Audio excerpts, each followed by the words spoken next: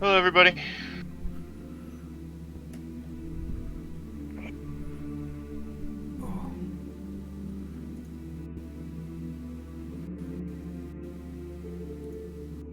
Hi. What's going on? Mercenary run that I can't end. This is a very bad time. Well, maybe knowing what you're doing, you shouldn't have started a run with it. This run has been started 2 hours ago. Yeah, I saw on your little thing. You know. I did not assume that this was going to take 2 hours to finish a single run. Always assume everything. No. Never assume anything. You get in assuming shit. Well, just I've learned one thing about working in a factory. It's that if you assume something, you're going to be wrong. Engineers. Yeah, fuck engineers. Alright, that's not nice. Alright, You I'm are at a live good stopping point. You are live on the internet. That's fine. Okay. Well, I found out that I have the most boring job on the fucking planet, so... Don't feel bad. Mine's gonna become really boring too. Yeah, do you stand there and do nothing for 12 hours? It will be. Like, I do nothing. In like 3 weeks I will be, when I switch jobs.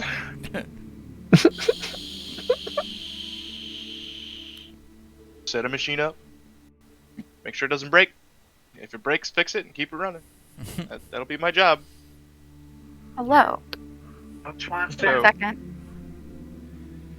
Yeah, well, I just stand there and open boxes and put boxes in other boxes Mm-hmm. for 12 Okay, I hours. fixed the problem. Mm-hmm. So that's fun. Yeah. I mean, that's literally the factory work that I've been doing these last several months. Yeah. But yeah. So last night was my first 12-hour night.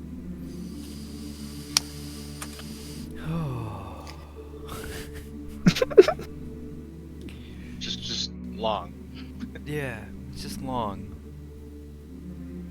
Long is a good way to put it. Yeah. So it wasn't super bad, but you know, it would be better if I didn't have a clock right in front of my face. Oh, that's worse. Yeah. So much worse. Yeah. Cuz we have little touch computers No. that It's have terrible. we have little touch computers in front of us that have little clocks on them, so that every time you look at it, you know, your eyes just drift to the clock. Time is relative, and your vision of it is making it move slower. Yes. Right? So, but yeah. Yeah, it's not fun. At least On I think I'm another gonna have a note, blessing of not having to look at a clock. are we still good for next Tuesday? on Tuesday, This upcoming Tuesday? Yeah. Yeah. Okay, I'm just making probably sure. it probably won't be till the afternoon. Wait, Okay. what am I doing on Tuesday? You guys aren't Did I doing commit to anything. something? Do you want to No. drive? Do you want to drive to Rochester and back with me? Oh, no. No, thank you. I have to work Yeah. on Tuesday. Well, I probably won't be getting out of bed until after you're off of work.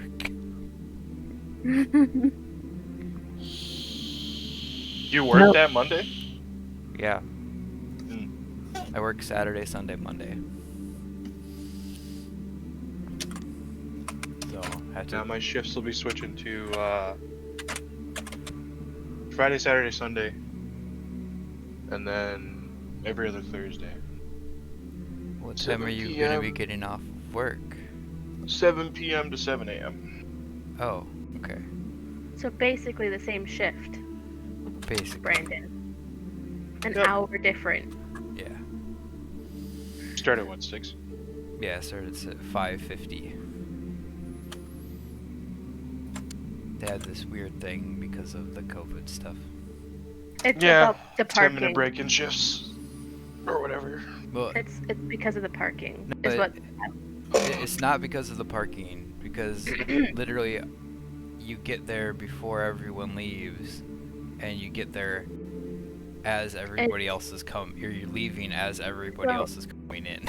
the 12-hour shifts are stupid because they could have just left the times the same, but for the 10-hour shifts, they said it's because of parking. The shift before you leaves 10 minutes early, and you don't start until 10 minutes after. Because there's too many. They have too many people. Yeah, I had trouble working getting at the building. out of the building with the flood of people walking in for their morning shift. Wow. Yeah. It's a lot of workers. Where was it at? This is the Target DC. Oh yeah. Yeah, they have like some Alright. thousands of people.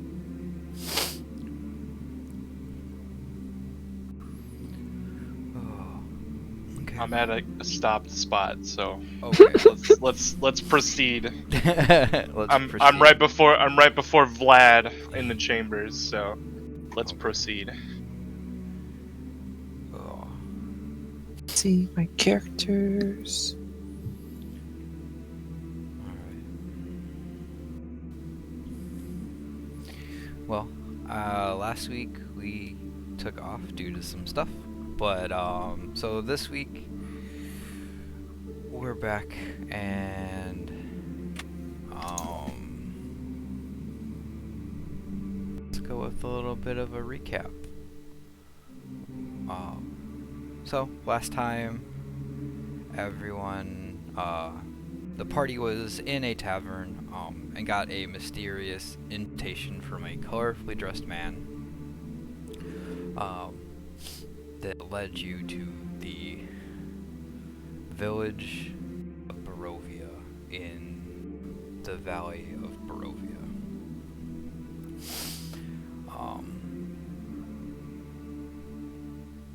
There you found along your way you encountered a pack of wolves led by a direwolf, which you handily dispatched. And upon entering the village, you found dilapidated buildings covered in a somewhat thick fog. Very few citizens out and about, almost negligible amount seen. But you did enter the Blood of the Vine Tavern, where you encountered a man called Ismark. Ismark is the son of the man that you were looking for, the Burgomeister of Barovia. And you proceeded to follow him to his home, where you met Irina, his adopted sister, and you found his father's dead body. After a short discussion within the house, you proceeded to aid Irina and Ismark in taking their father's body to the church, the graveyard, to be buried, where you heard some strange sounds coming from the cellar. The undercroft, and then one of our party almost kind of got into a mild confrontation with the priest during the funeral. And after the father was laid to rest, you all proceeded to take your leave and head back to Ismark and Irina's home, where you're going to stay for the night. So where we're going to pick up is as you guys are traveling from the church back to the Burgomeister's mansion. So what do you guys want to do? Well, that didn't go as well as I planned it.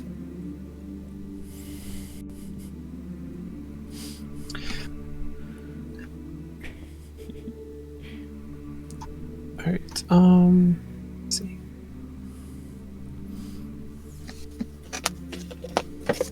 Notes.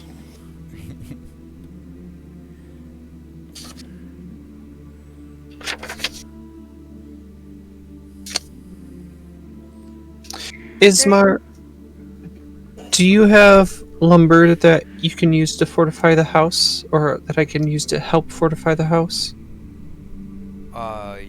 Yes, we have plenty of provisions and the things we need to reinforce. The windows are already boarded. We just need to board up the front and back doors. But we do have the boards in the house. Alright.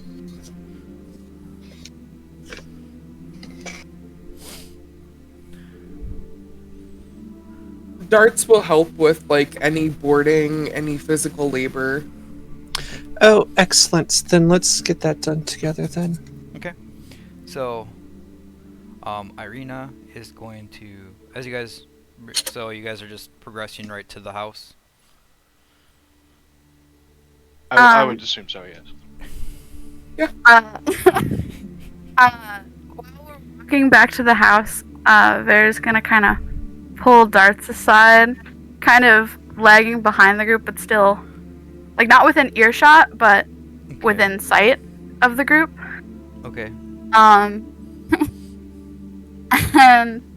from the look on Vera's face, she's not happy.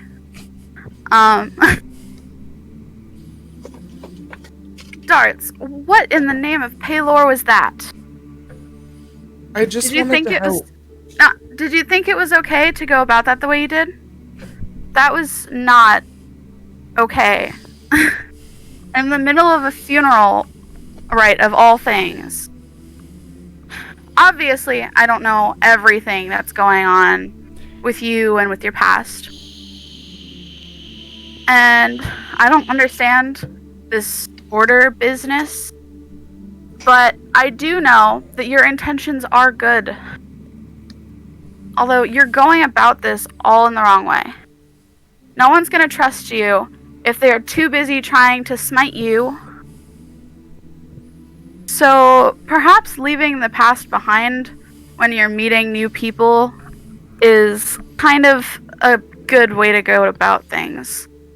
Clearly, the people in this town have a bad history with your past order, and trust me, you don't want to scare off everyone. So I know Dark you- is just going to, like, be very aloof and, like, looking down at the ground, like, oh yeah, I know I messed up, but I've heard it before.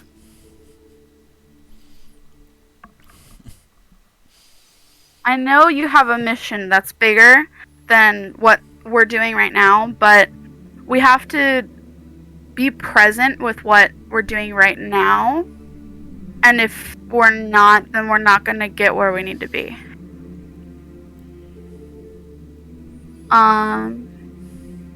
Sorry, I have notes for this.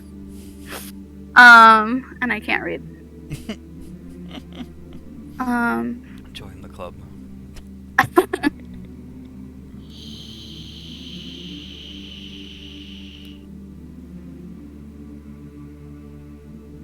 Perhaps if you weren't so conversational, you won't constantly try and get yourself killed. I don't understand everything that you have going on in your past or in your present or whatever, but I understand holy magic and I understand people's feelings. So, and clearly the priest thought you were of evil intent. And I know that's not true, but people will continue to think that if you go about things the same way you have been. People will do it no matter what. It comes with my past. I can't be dishonest to them. It's not being dishonest. Hiding facts could be borderline dishonest. It's not dishonest. It's leaving things out to protect people. To cause there to be less chaos. If there's so much chaos, then we can't get where we need to be. So, if the citizens of Barovia are having an issue trusting you because of your past, perhaps leaving your past out of the story may be a better way to go about it. Understood. And he just looks up and, like, just grabs her hand and is just like, I'm sorry. I know that holy stuff, it's important to you. And I used to be very much like you. But it's been a long time, and I haven't really been around too many people. But, you know, it's hard to adjust when time just flies by. Starts hand back, gives it like a squeeze. It's okay. I understand. But how about you let me take the lead for a while? And Darts just, like, nods and is just like, I should get boarding up the entrances. Yeah, we should do that. Okay. So where does everybody want to be? As you can see, you have the lower floor and then the upper floor. Is Zella able to be near Irina? Yeah, she's on the top floor. Okay, that's where she would be. Okay. So Darts is gonna probably like take some wood and start bringing it upstairs. Okay. He's just Is that- gonna make sure that there's some up there. Oh, okay. Alarin's probably gonna stay downstairs with Yeah. everybody else.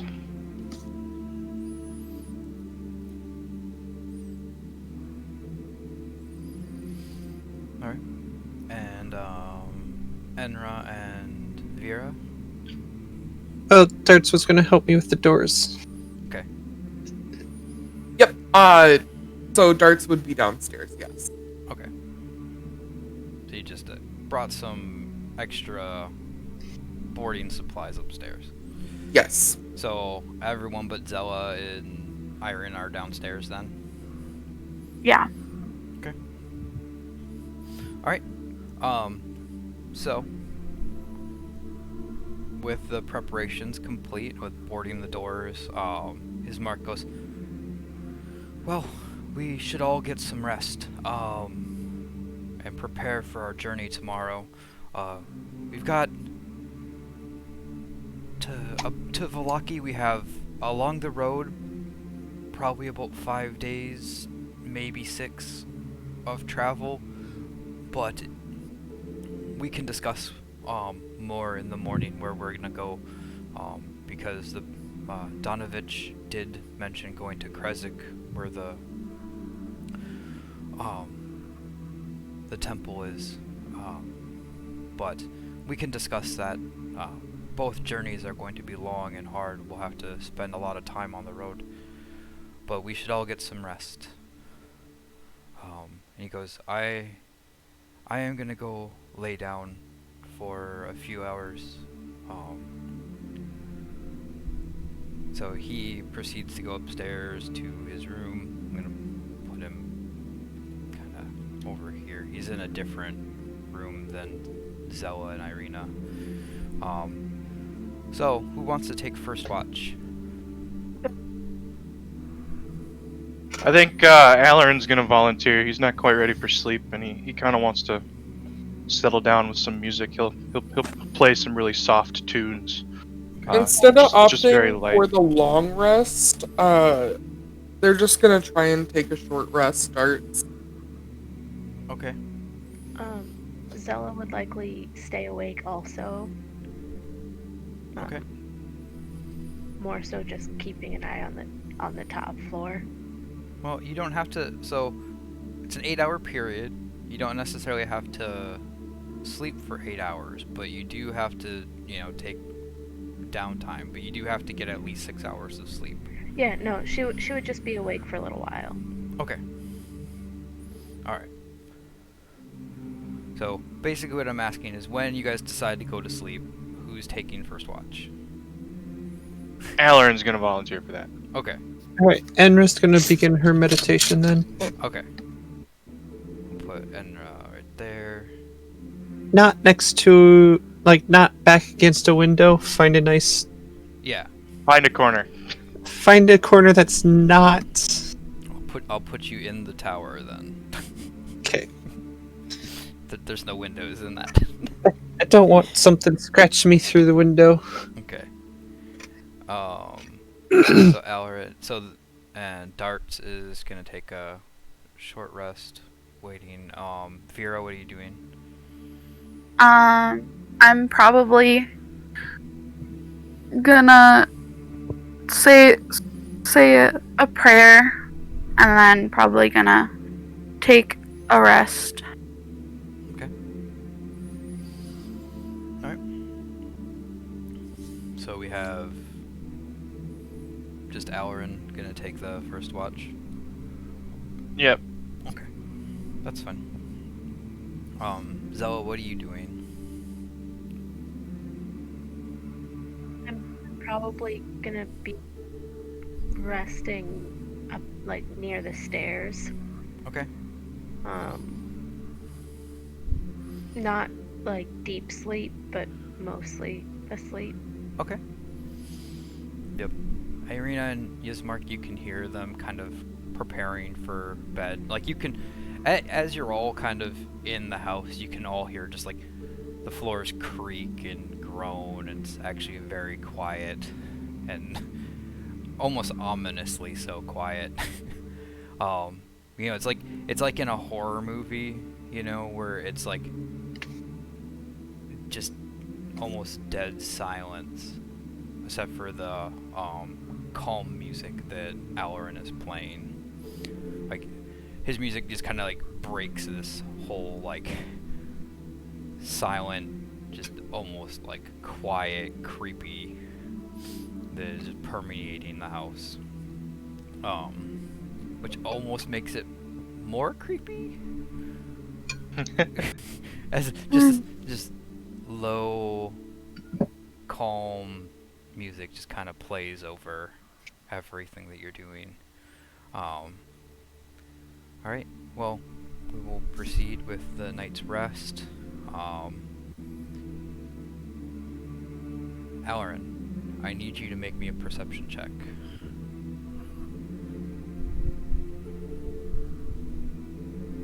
Sec. Click the perception button. 22. 22? Yep. You're sitting there, you know, just almost absent-mindedly strumming away.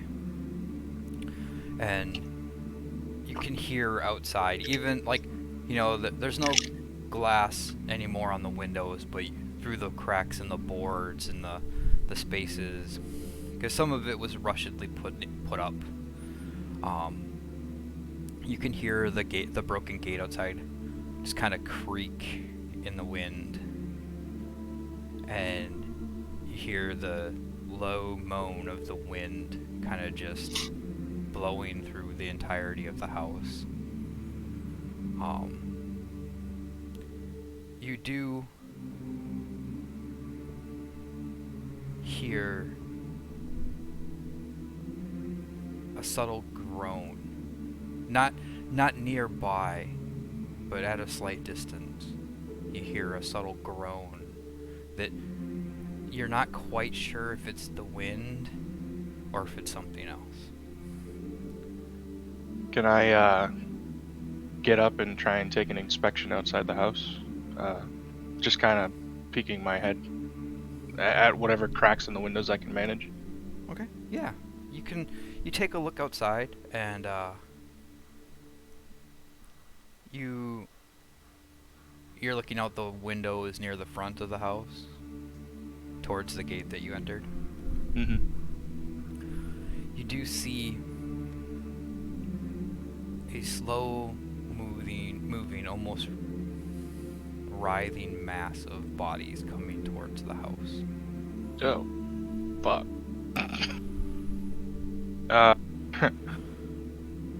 And it's clearly coming towards the house. Yeah. Alright, It's I'm walking down the one road towards the one place at the end of the road. I am definitely going to mention this to whoever else is close by on the bottom floor. So Darts is right by you. Same with I will- Vera. I will mention And it to Enra. both Darts, Vera, and Enra then. Okay. So would an hour have been passed by now? I would say it's been about a short rest, yes. Okay.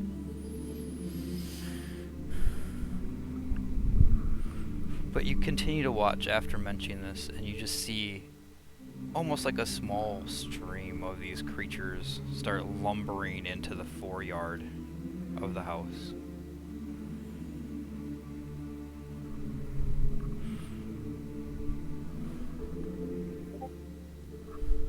Okay then. I'll take suggestions for this. I'm the bard. What do we want to do, guys? Do we want to?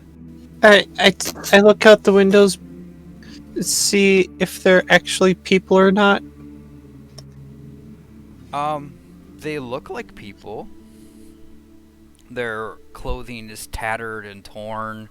Their skin is almost a pallid, disgusting. You can see like ichor and everything kind of dripping down from open wounds. This doesn't look good. And then you all hear it as you hear a crash upstairs. Oh. And this awakens Zella as well, as near her, one of the windows is broken through the wood, and a small gray creature crawls through.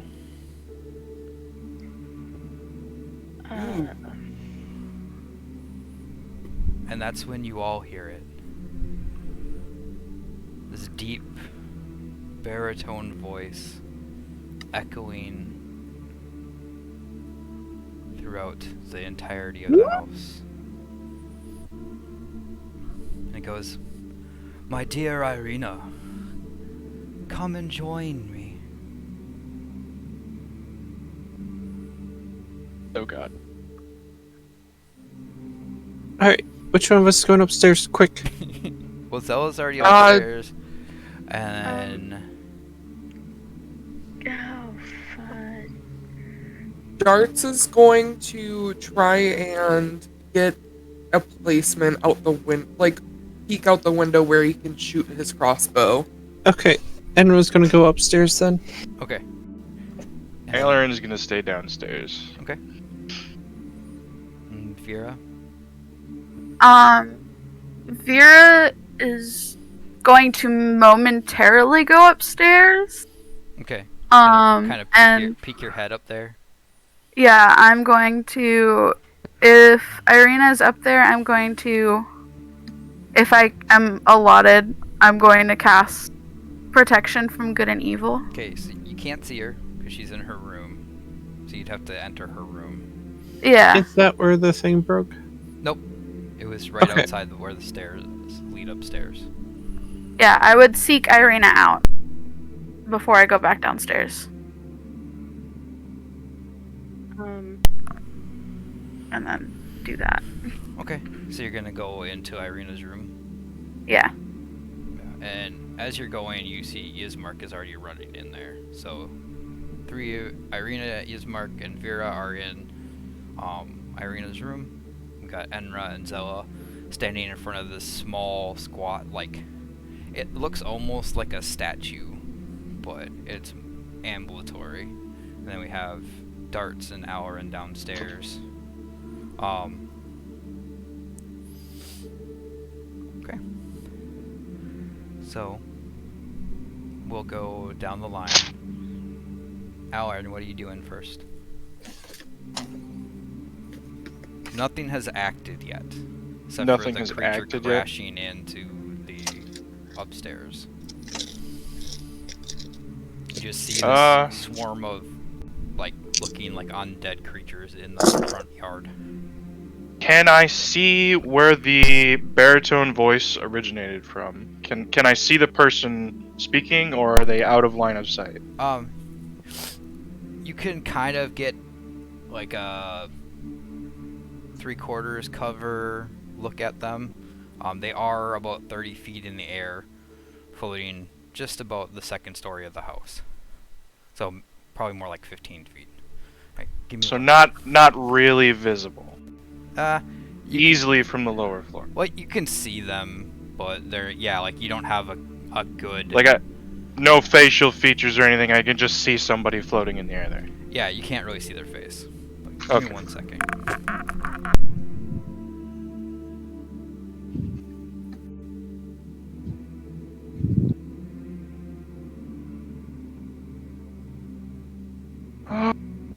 Let's see here.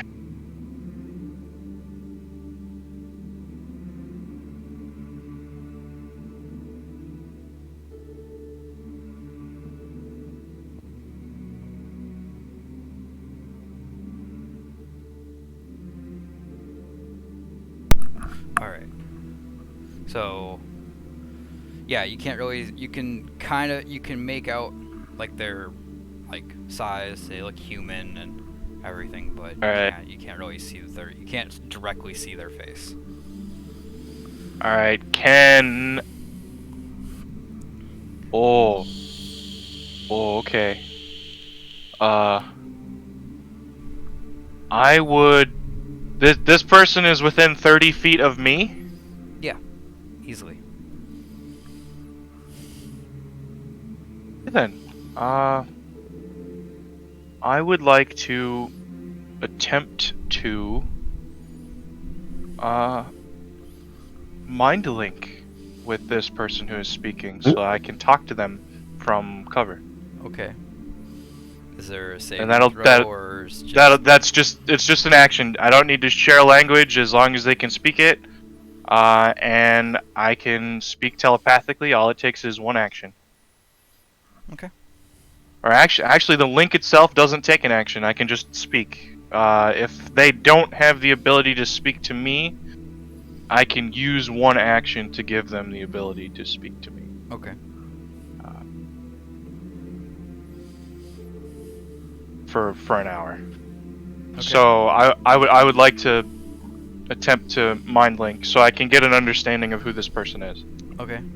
So basically you're just trying to connect to their brain and find out who it is?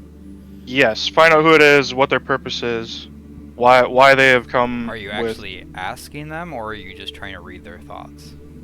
No, this is communication. This is definitely Okay. communication. So you're This is the linking of two minds for the efforts of communication. Okay.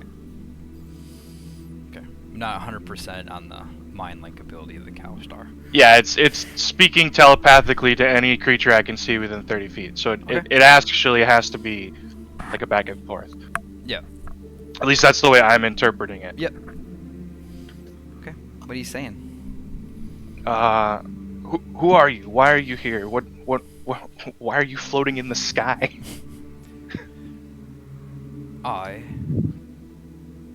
strange person who speaks in my mind, am Strahd Von Zorovich.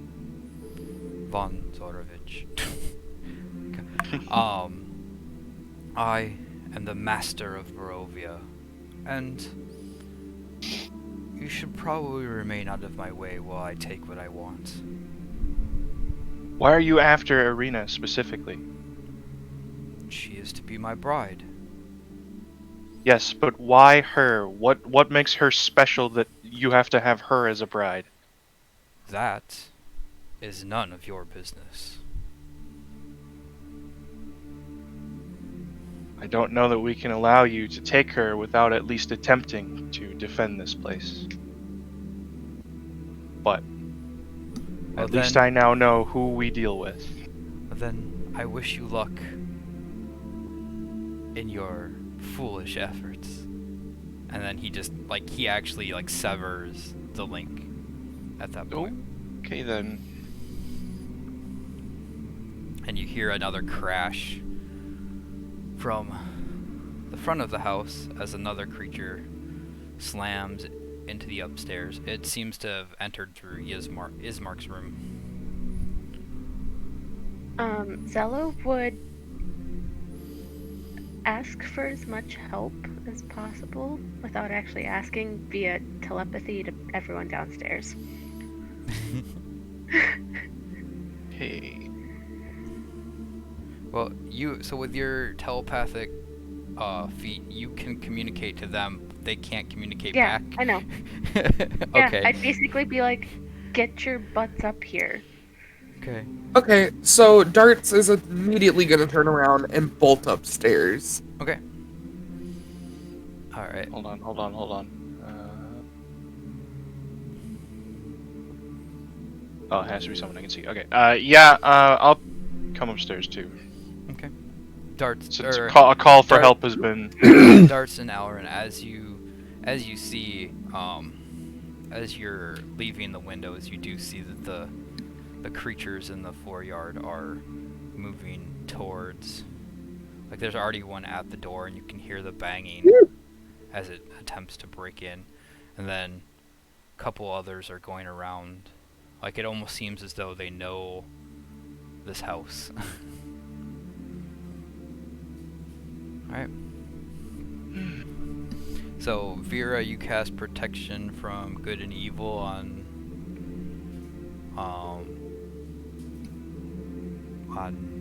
Irina. Okay. Alright, I will mark that with something here. What's this one? So you're now concentrating on that, and she has a buff. Alright. And Aaron, you're moving upstairs. Yeah, I'll just stay near the middle of the stairwell. Okay. Enra, what are you doing? This weird thing that came through the window. Okay. Yeah, I'm gonna shoot at it. Okay. It is definitely not a person. Okay. Whatnot, right? So, yeah, It's definitely it- not a person. it broke through our defenses. So, yeah. So I'll take one shot. Yep, one shot. Which will be a 21 to hit. Yeah, that'll hit. Sweet. All new dice. And that will be 8 points of damage. Okay. And in this giant cluster of people, I can't see my mini anymore. You're right at the top of the stairs, basically. Can I go bonus action punch it? Sure, yeah, you can. Okay. So I would like that'll be an 11. That misses. Okay. Yeah, you fire your pistol at the creature. The slug slams into it and it reacts and kind of like you see its wing kind of come around almost like a shield as you go to punch it right afterwards. Alright, and with that, we are going to roll for initiative. And I will call out when ready.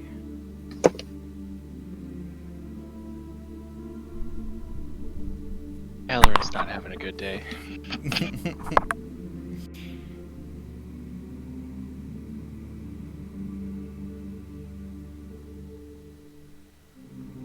It's gonna be a minute here.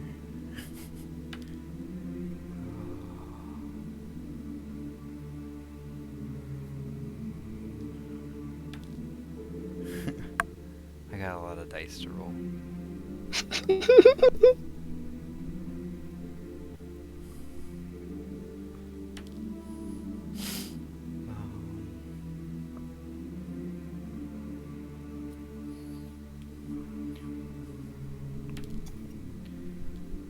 Oh my god. Okay. Alright. Gotta look back at this now. Darts. What's your initiative? 23. Okay. Enra.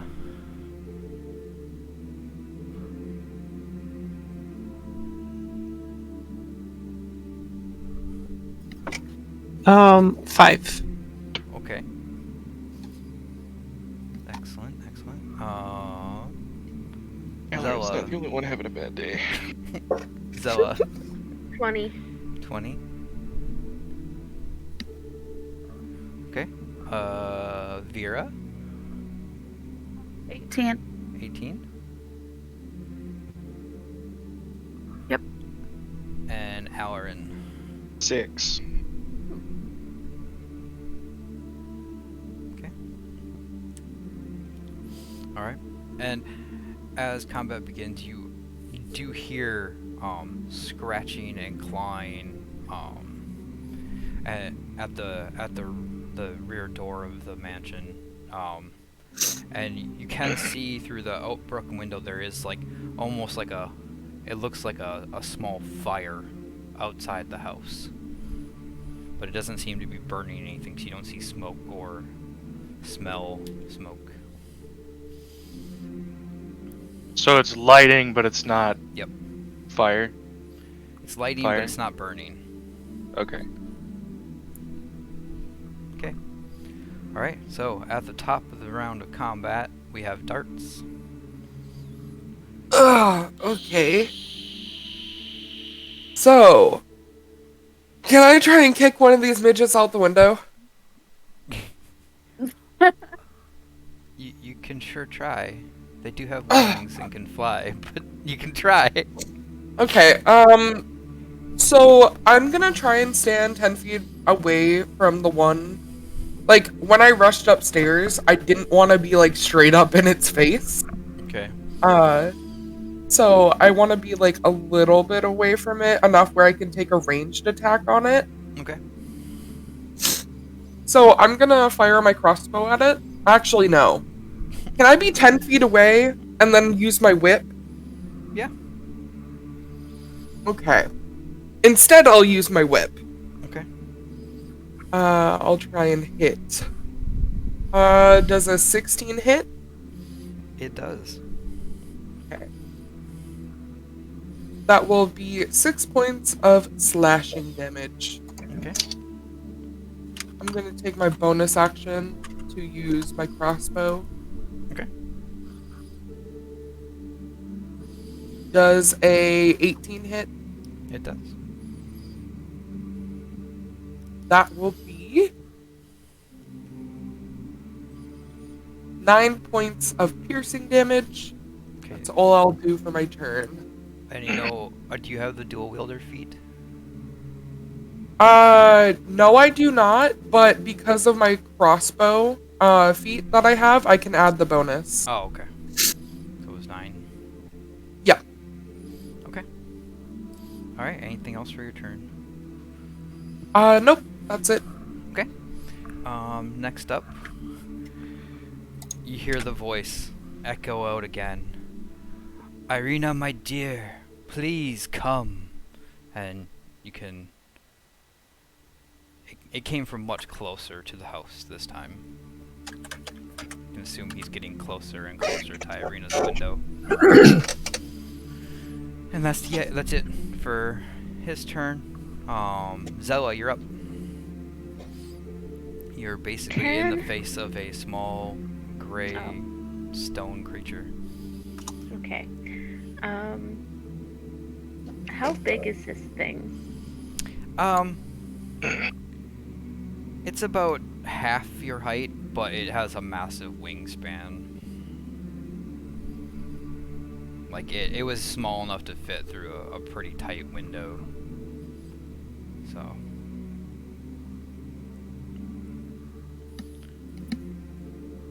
And it's not a being, it's not a person.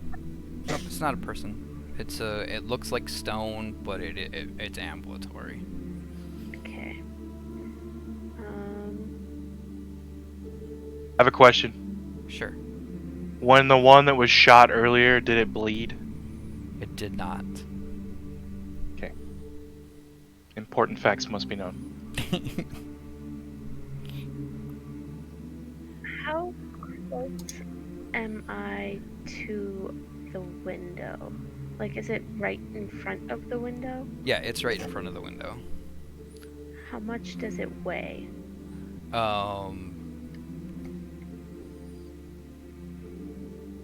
A significant amount. It is basically it's a gargoyle, so it probably weighs about 50 pounds to 60 pounds. Okay.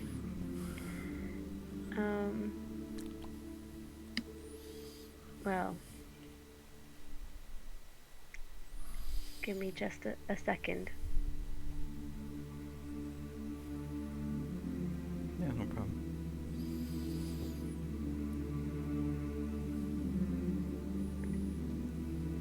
Is it a creature of some sort? Yes, it's a creature.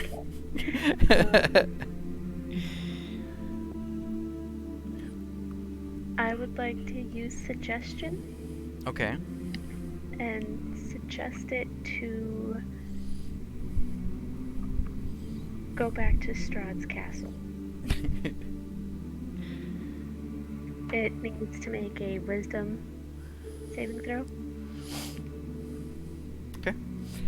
You see his red eyes just stare at you, and then just all of a sudden like its maw was open and it was baring fangs at you, but then all of a sudden its face just kind of goes slack into a very neutral position, and it just picks up, goes to the window, and crawls right back out of it, and you see Fucks off. fly off. But obviously we'll do that on his turn just in case. But yeah, you see its face just go slack, and it prepares to climb out the window and fly off. Alright, anything else on your turn, Zella? No, I think she's gonna stay there. Okay. Alright. Next up, you hear on the ground floor, you hear and like it's basically right underneath the stairs where you are, Alrin. You hear the door crash in, and a creature comes charging in, but you can see little pads of flame as it walks in, but you can't fully see the creature. It almost seems harnessed in shadow and flame.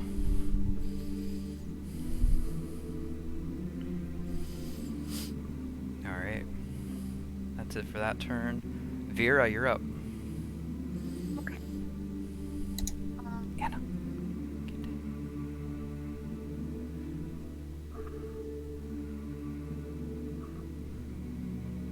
So I have the yellowish circle around me, right? Yes. Okay, just making sure. Yeah, I know it's a little bit hard to see everything, but Okay. Can I go to the creature nearest to me? so you're gonna leave the room and then go over to Ismark's room. Yeah. Okay. And then I'm gonna bash with my hammer. Okay. Because I am out of spell slots. Okay.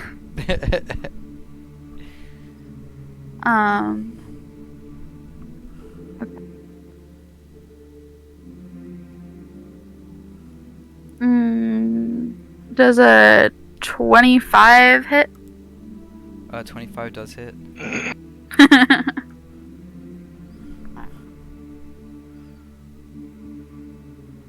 That's gonna be 11 damage. Okay.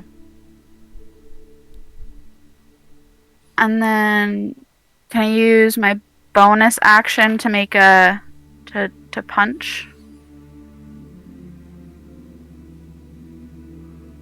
Are you holding a shield? Probably. Then I probably can't do that, huh?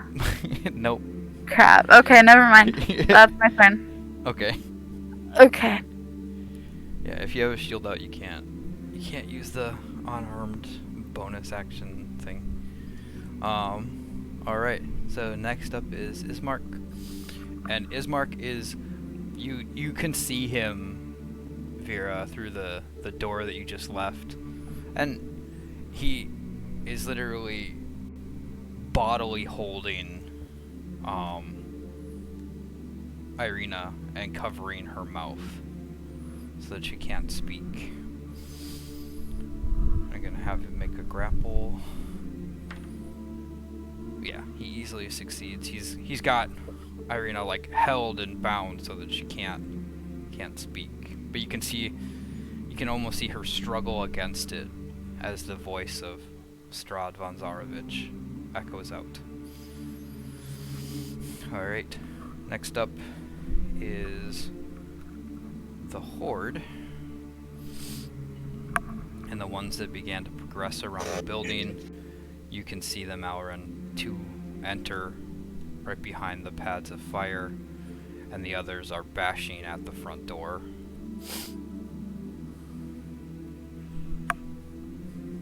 As they try to break it. Let me see if I can... let's do a strength check. Oh yeah.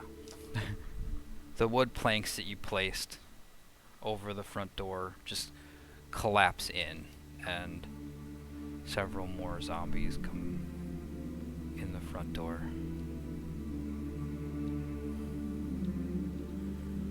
It seems as though Strahd may have redoubled his efforts to enter this house, to get Irina.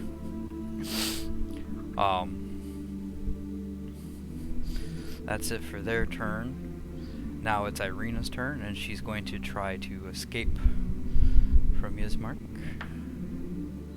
which she fails. You can just see her writhe and struggle against Yzmark, and she just to no avail. So that ends her turn. Alran, you're up. Alright, well, since I'm on the lower section of the stairs, and I can see this being of shadow and flame, Yes. I am going to use my Dragon Mark's cantrip and cast Ray of Frost on it. Okay. Go ahead and make your attack That roll. is... Oh! That's a whole up in 10. Yeah. You aim out, and you just you see this Miss. ray of blue energy just ping against the floor. You see a little patch of frost on it. Okay. And I would like to use my bonus action to cast Bardic Inspiration for Enra. Okay. And what do you say?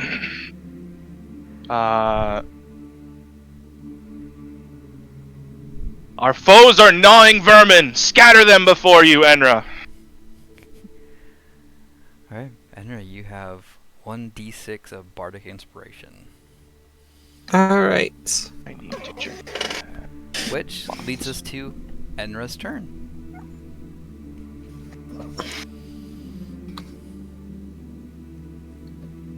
Alright, so is that little gremlin thing still there?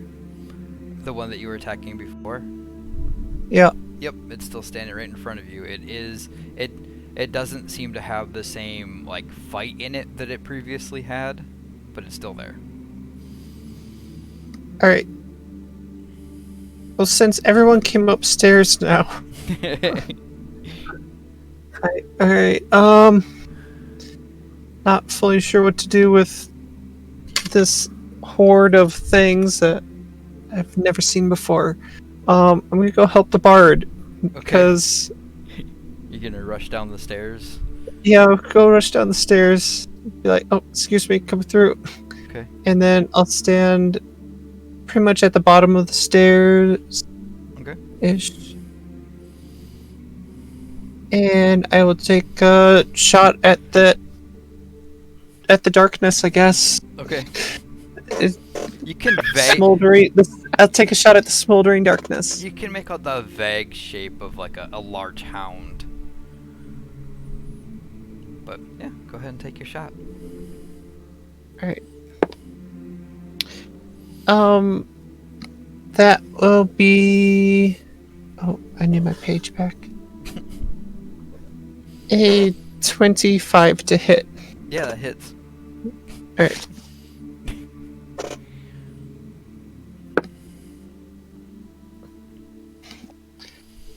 And that'll be 6 points of damage. Okay. And then I'll walk up and punch it. Hold on. I don't know if anybody knows this, but I have combat inspiration. So if you want, you can use your bardic inspiration that I've given you guys to add the bardic inspiration dice roll to your damage values. Yep. If you wish. Oh. All right. Well, we'll see how well this punch goes first. Okay. We're gonna go punch it. Okay. You're gonna punch the darkness and flame? Yep, I'm gonna punch the darkness and flame with electrical fists. Fucking do it. Darkness meet lightning, or technically thunder. So darkness meet sound. That'll be a 22 to hit. Yeah, that hits.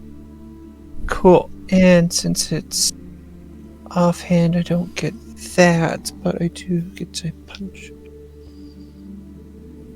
And I will use that bardic damage die. Okay. And I'll deal 9 points of damage. Excellent.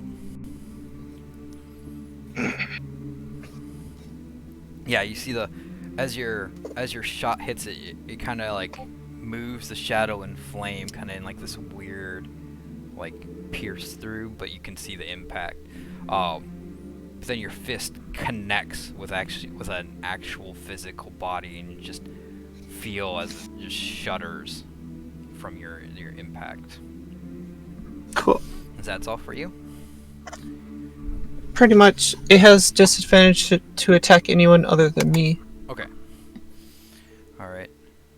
With that, the gargoyle in front of Zella just gets up in the window and flies out and pieces. You have no idea where it's going. The one that Vera hit, on the other hand, is going to make a bite attack and a claw attack. So that's a 12 to hit, which I know doesn't, and a 12 to hit, which doesn't. As it just kind of like, it leaps up at you, Vera, and like slashes with its claw, and then tries to bite you with the distraction of its claw, but both fail. Yeah, then we're gonna go to the top of the round with darts.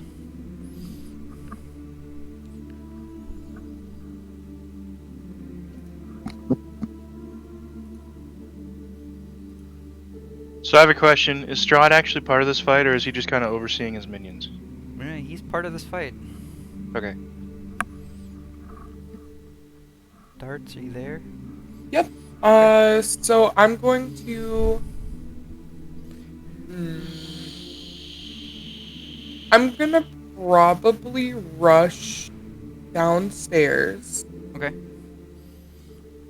And I'm gonna stay 10 feet away Okay. from the nearest enemy. Okay. And I'm gonna probably take my whip out. So you're basically all just on the stairs. Yeah. Well, I mean, cramped spaces. Gotta Yeah. fight it. Yeah, it's a very cramped space. Ooh. That's a natural 20. Nice. First natural 20. Yeah. Excellent. Okay. I wish I That will got some of be those. 10 points of slashing damage. Okay. And then I'll take my crossbow and shoot at it. Okay. You're attacking the Hellhound. Yeah. And that was 10, you said? Yeah, 10 slashing damage. Okay. Does a 20 hit? 20 does hit. 20 hits? Yep. And that'll be 8 piercing. Okay. And that'll be the end of my turn. Okay. Quick and easy. Alright, next up is Strahd, and he is going to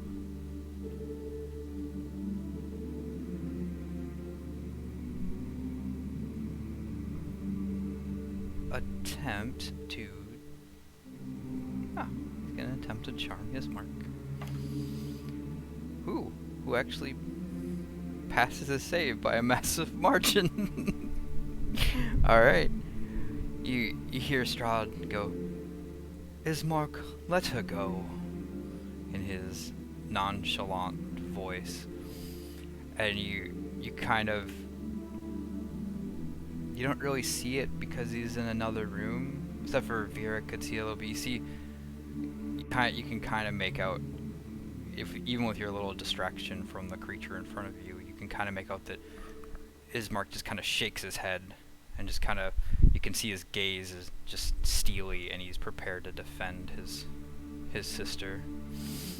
And that will be the end of Strahd's turn, as he's just attempting to get Irina out of the house. Zella, you're up. Am I able to see Strahd from any of the windows? You would have to step into Irina's room, and you could see him out that window. Okay, then I do that. Because he's literally right outside her window. Okay, I do that. You do notice that it's strange that he hasn't just entered the house. Yeah. Right now, that's not the thing that's on Zella's mind. Okay, okay. Him not coming in is the least of her worries right now. I'm going to cast Ray of Sickness on him if he is within 60 feet. Oh yeah, easily. Okay. He needs to make a Constitution saving throw. Okay. That's a 19. He passes.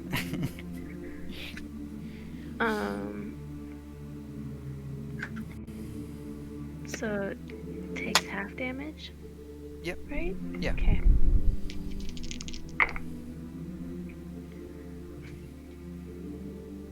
Four 4 damage. damage. Okay. And Zella's gonna yell, "You're not welcome here." His eyes stare deeply at you, and yeah, he's just like, that wasn't very nice.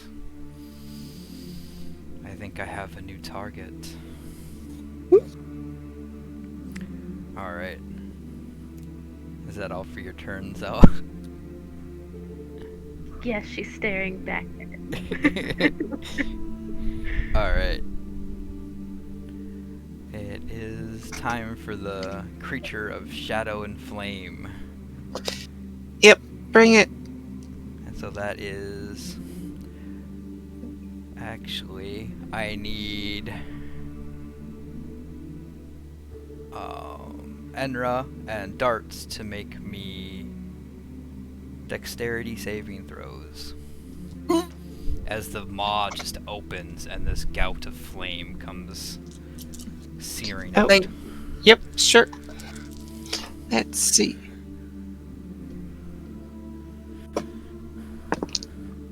Ooh. 6. Okay, 19. okay. So, Enra, you're gonna take 22 fire damage, Whoa! and Darts, you're gonna take 11 fire damage. Okay. Okay. Oh! That's nuts. Was this from that hell dog? Yep. I Its should have maw killed just- it. Its maw just opened and this gout of flame just Wait, ejected. Hellfire. you had the option to kill it?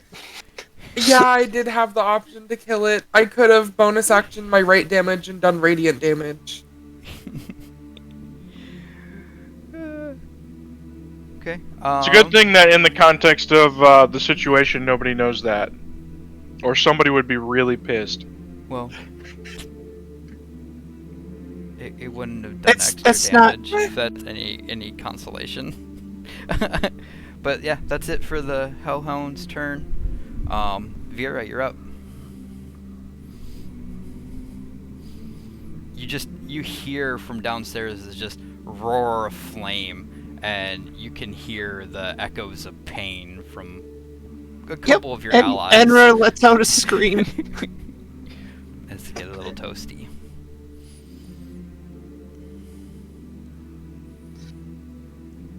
I think Vera forgot they were muted. I did indeed. Vera is going to bash this creature with my hammer again. Okay. That's gonna be a 16 to hit. It hits. Okay. It's gonna be 7 damage. Okay. It's still up. That's right. Oh yeah. I don't think I have any. I don't think I have any bonus actions that don't require a spell slot. Lay on hands, I believe. No, it's an action, Oh, okay. and I'm I think we might homebrew that to not be an action, but okay. we'll talk about that later. All right, and I'm not terribly hurt, so I think I'm good for now. But you do have enough Unless- speed to get down the stairs. Yeah. But you'd have to take an opportunity attack. That's fine. I'm gonna run down the stairs. Yeah, I'm gonna bash and then run. Okay. Okay. Gonna make one opportunity attack against you. Which fails horribly. I just keep rolling 12. So wait, just to clarify, the only one left upstairs is Zella, right? The only one, well, Ismark, Irina, and Zella. Yes. Okay. Well, the only one who's not actively pissed at or has Strahd pissed at them is Yes. Zella. Well, actually, Zella probably pissed off Strahd. Oh no, I definitely pissed off Strahd. Oh yeah, no. Zella definitely pissed off Strahd. Okay. And then can Vera kind of tell who's the most hurt? Enra, Yes? Enra looks pretty ragged right now. Okay. Crispy. Like little tinges of hair on fire, like a little bit crispy around the edges. Okay. Get like a burnt piece of bacon. Vera's gonna touch Enra on the shoulder, and I'm gonna spend all 10 of my lay on hands pool. You have 15. Well, I already used 5, Oh, okay. and I haven't gone Yep. through a full rest yet. Okay. So you have now 10 more hit points. You just feel, Enra, you just feel this light kind of energize you as Vera touches your shoulder. Alright. Oh, Ismark, What are you at for hit points, Andrew? like up 15? to 18. 18? No, I had 3 temporary from the guardian armor. Okay. Yep. Ismark, his turn is just going to be continuing to grapple and hold Irina's mouth so that she cannot speak. I'm going to roll this grapple check again. Oh, still freaking 20. Alright. Now the zombies. The horde of zombies kind of shuffle in, basically you're getting surrounded by these zombies as they all just shuffle in the house. Like the whole ground floor area that you're in is basically flooded. So Enra, you're gonna take 2, and Vera, you're gonna take 2. As I Take 2 what? Well, I'm rolling their attacks right now. So 2 zombies are attacking Okay. you, and 2 are attacking Vera. Zombies. Yeah. So 1 hits against Enra with a 21 to hit. Jeez. So that is 4 damage as it just raises both of his arms and slams them into you. And then the 2 against Vera That is a 18 and a 20. Only one hits. Okay. You take 2 bludgeoning damage as this one kind of almost more meekly kind of hits you. But yes, you take a little bit of bludgeoning damage. Okay with that. That is the end of the zombie's turn. And Irina goes, and she fails to escape with a... So, Ismark rolled a 20 on his grapple, on his strength. She rolled a 19 on her escape check. Siblings rivalry. Yes, sibling rivalry at the best. Alright, she's still grappled and restrained. Aloran, you're up, and you just see a room flooded with zombies, some very injured party members, and you just watched 2 of your allies get spit roasted, basically. I'm fine. Sorry, this is my turn now? Yes, it is your turn. Okay. Well, yeah, the spit roasted allies. I saw one of them get healed a little bit, which is okay. But I'm kind of worried about the massive fucking zombies in the room at this point. Yeah. And so I'm gonna cast Shatter. Okay. So everything within 10 feet, I believe. So you're pick casting it a like, point in the middle of it. Yeah. So basically, That's like gonna hit everything. Yeah, you can. And then everything within 10 feet has to make a Constitution saving throw. So I'll make 1 for all the zombies and 1 for the Hellhound, just because I don't want to roll 8 individuals. Okay. Well, the Hellhound fails, Okay. and the zombies all fail. Alright, well, they all take 7 thunder damage. That's Lightning damage. all you rolled was Shatter? Yeah. 3d8. 3d8. I got a 1, a 3, and a 3. Oh, Ouch. Yeah. Okay. I was really hoping for better roll. Yeah. that's would still you? pretty good though. Oh, I did some damage to all of the zombies. Well, that's Yeah, the thing. It's like- like 7 damage to what? 8 entities. 9 entities because the Hellhound. No, it was 8 total. 8 total? Oh, Yeah, Okay. including the Hellhound. All right. And then, I'm You're- gonna use Go ahead. my bonus action to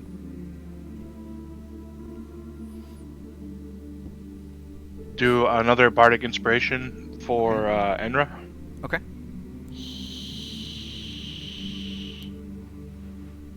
And then that'll be it, because I can't do anything else after that. Enra, you have a. Did the Hellhound die? That's what I'm trying to get to. Oh. Sorry. You all, the 4 of you downstairs, see as this just arc of energy slams through all these creatures, and the shadows and the flames just kind of start to dissipate, and then the body collapses to the ground, and you see like this almost like this large mastiff just laying on the ground unmoving. okay. Well, before that happens, I'd like to reaction my blood curse of the fallen puppet. Okay. So, it can... Is there any restrictions on that? As to the type of creature it can affect? Nope, it's just when a creature you see within 30 feet drops to 0, you can use your reaction to give that, creature a final act of aggression. It immediately makes a single weapon attack against a target of your choice. So you're just attacking one of the zombies? Yep. I roll a 13, which hits a zombie. And that is 1d8. Plus 3. So 5 damage against the nearest zombie. Oh, and then it used 2d6 fire damage. Sorry, my bad. Oh, it's another. Huh? Well, that zombie needs to make a Constitution saving throw.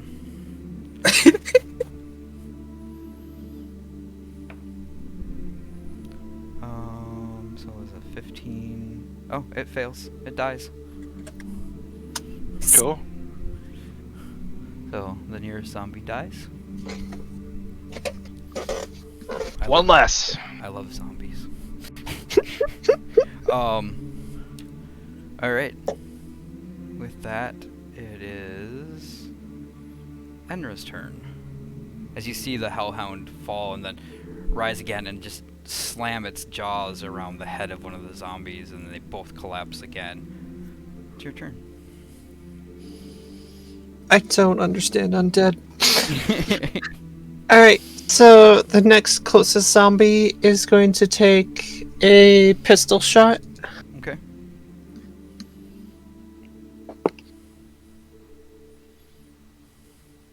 In which actually I'm rolling the Bardic Inspiration to hit. So that'll be 18 to hit. Yeah, that hits. What did you roll first? I rolled a 6 on the die. Well, I mean, what was your initial attack? It would have been 12. Okay. So, just for clarification, Josh, since you have it right in front of you. Yep. With the Bardic Inspiration, you're using it as an attack roll. Do you have to use it before or after? Hold on. Let me get to my spell DM list. says whether it whether it hits or not. Bardic Inspiration. For 10 minutes, the creature can add it to one ability check, attack roll, or saving throw. This can be added after seeing the roll, but before knowing the outcome. Okay. So they do have to add it before you tell them if it hits or not. Okay. All right. Go ahead and make your damage roll. Alright. Chocolate ice cream. New dice. I have to remember all my new dice now. Chocolate ice cream. Mm-hmm. So that'll be 10 points of damage. Okay. And let's see. It I is will still use my Yeah, it's a good lunch, isn't it? I will use my bonus action to punch that one then. Okay.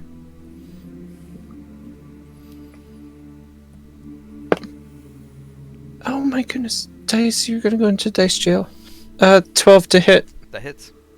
Okay, cool. Well, now we know a 12 hits. Now we know. So Let's just. I have let's a just- I have a question for Lexley. This isn't really pertaining to the fight as of right now.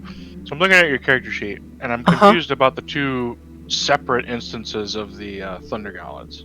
'Cause they have Oh, two. that's because one is strength and one is intelligence. Okay.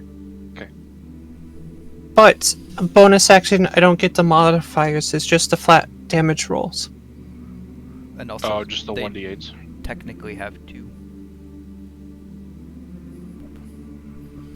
Well, yeah, I suppose. Oh yeah, one each. technically, yeah. So But one of that'll them's be- holding a gun. Yes. Correct. So that'll be another 2 points of damage to the zombie. Okay. It is still standing. Cool.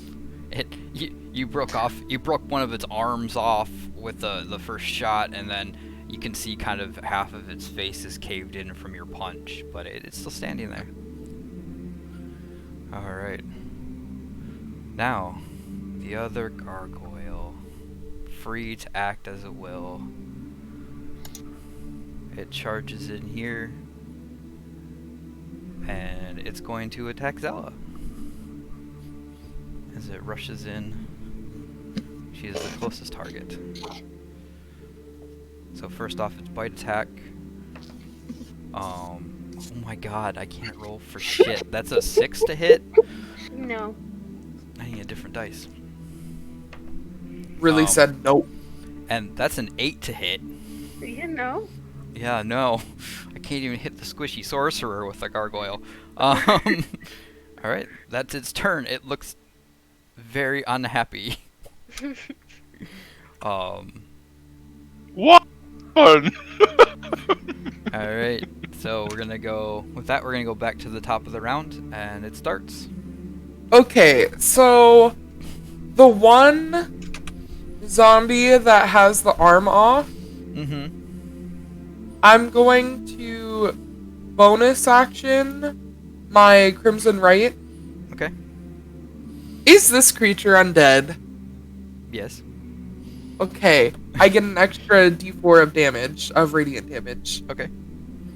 So I will roll to hit with my crossbow. Does a 23 hit? It does. That is 9 piercing damage. Okay. And then there's 2d4 radiant damage, which is 7. 7 radiant damage. So it's a total of 14. Yep. No. Total of 16. 16. Yeah. Math is bad when you've only had like 4.5 hours of sleep. Yeah. Your bolt impacts in its chest, and you just see this like surge of radiant energy explode through it. And it is no longer standing. Now, question. Sure. Could I use my reaction? Don't think that you can use your reaction for your own actions.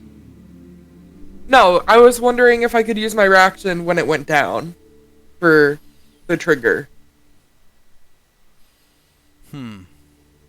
Because technically, I would get my reaction back on the start of my turn, and its trigger is when a creature you see within 30 feet drop. Yeah, you could. Yeah, I think that would Yep. be just fine. It will, right before it dies, as it's falling, it's just gonna, like, scratch someone. Yeah, I don't know. It missed. Yeah, it missed. It was too busy. It rolled a 5. So even Yeah, with it was like... a low AC. It's just burning from the inside with this radiant energy, and just goes. "Arrgh." And just, you know? That'll be the end of my turn. Okay. All right. So that means your reaction is consumed until your next Yep. turn. But That's totally fine. Strahd is gonna move. Like, Strahd is literally like in the window. Looks at Zella and points a finger and says, "Come to me, my dear." And Zella, I need you to make me a wisdom saving throw.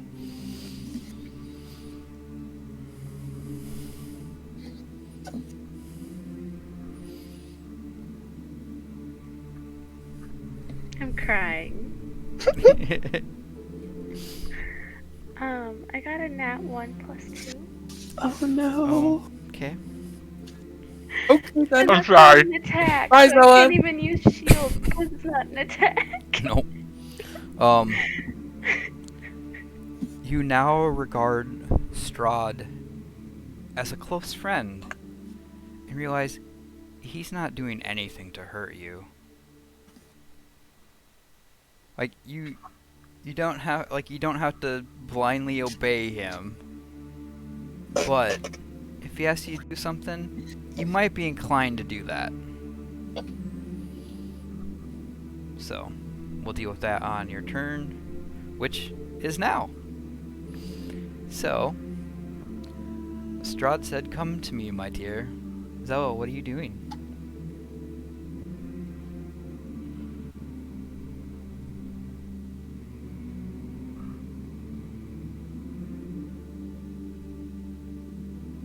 I don't know. I think I broke her.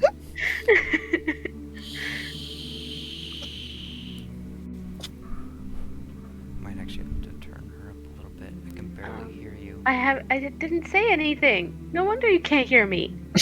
Well, no, like even when you're talking, I can barely hear you. That's because I'm saddened. Okay. he told her to come there, like go to him. Yeah. Basically.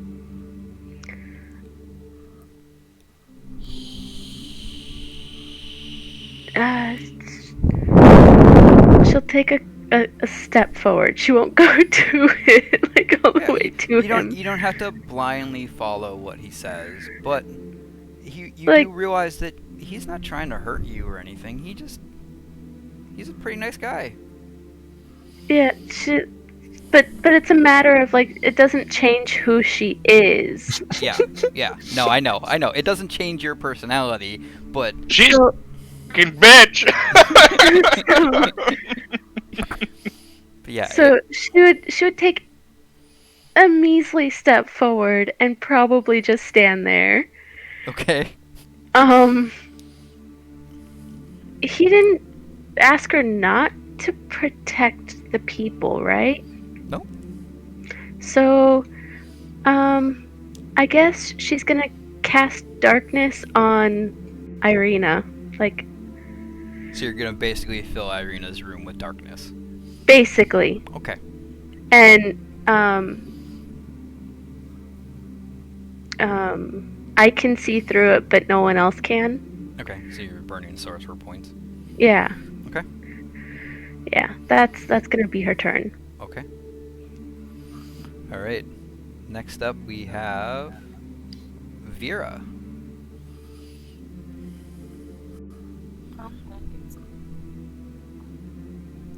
What did you Super say? quiet. What? What did you say? I said okay. I haven't said anything yet. Okay.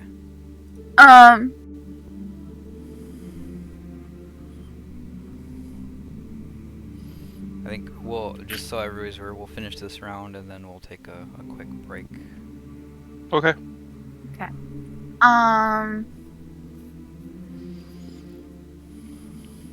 Vera's gonna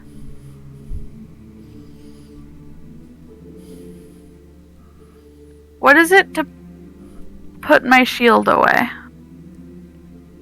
No, you can, it's free action to put your shield away.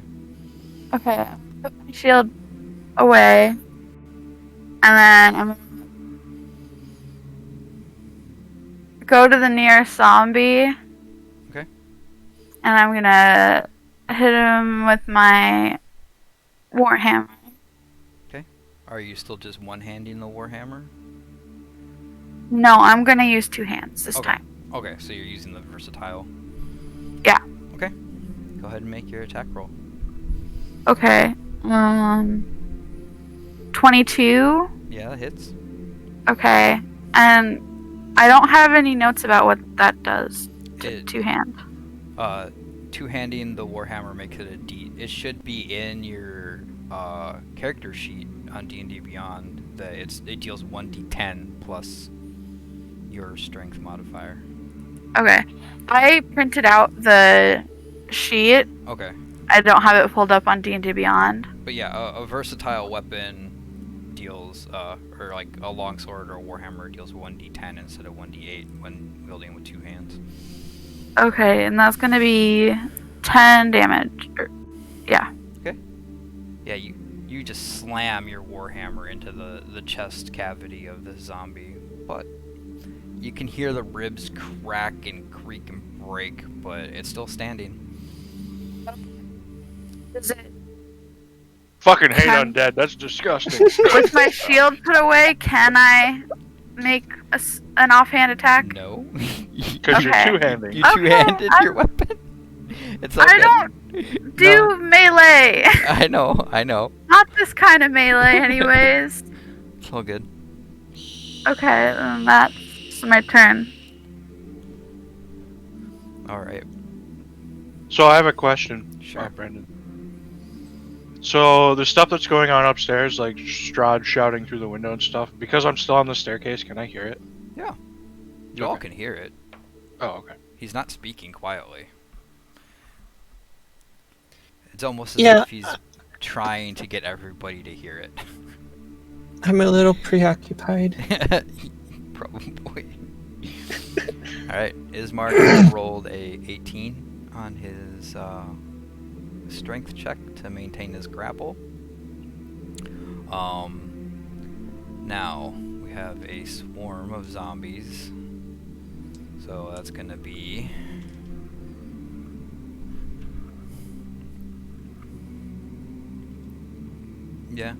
they can fit about we're gonna do 3 attacks against Enra and 3 against Vera.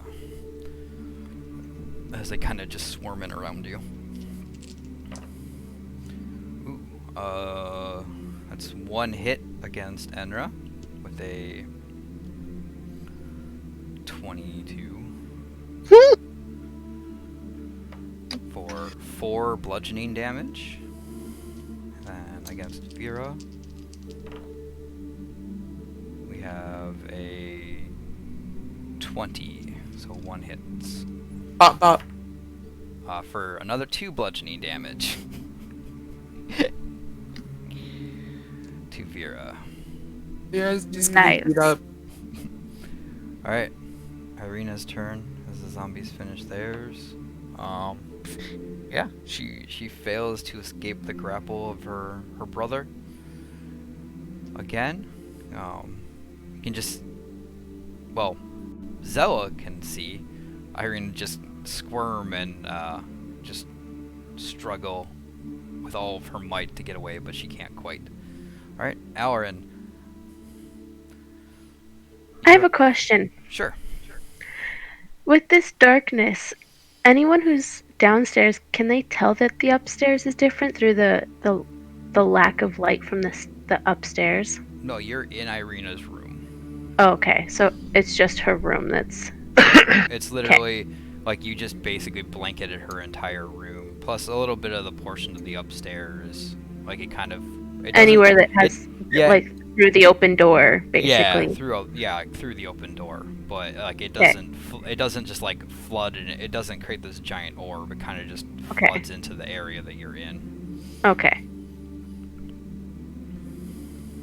But yeah. Uh, Or maybe it does make a sphere. It says a 15-foot sphere, but I mean, yeah, but does it go through the floor? that's the question, DM. I will Honestly, Enra wouldn't pay attention.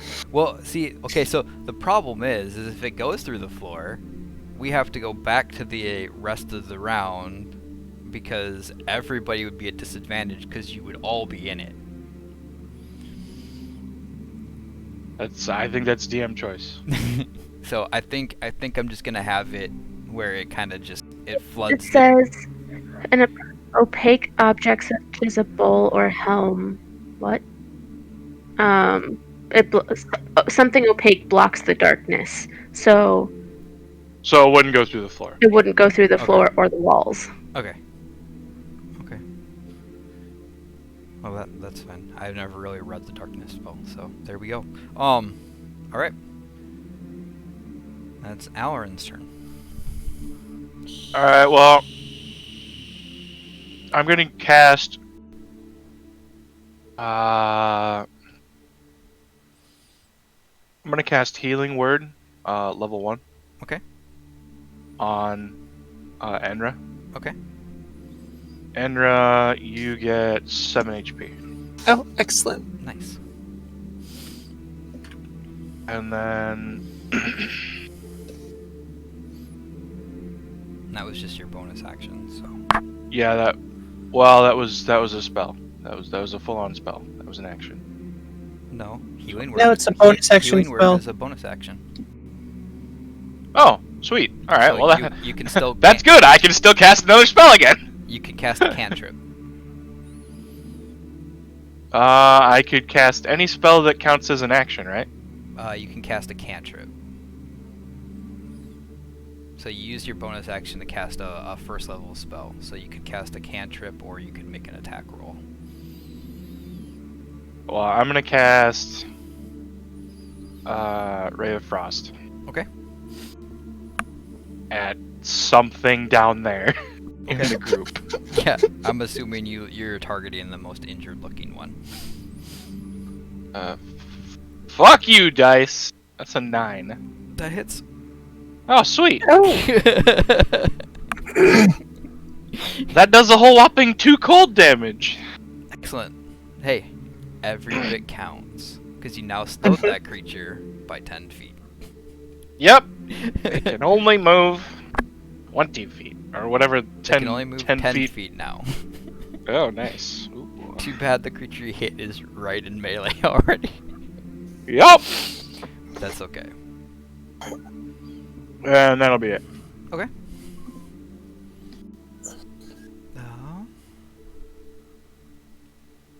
Yeah. Alright. Enra, you're up. alright. I'm going to take a shot at whichever one looks damaged in front of me. Okay.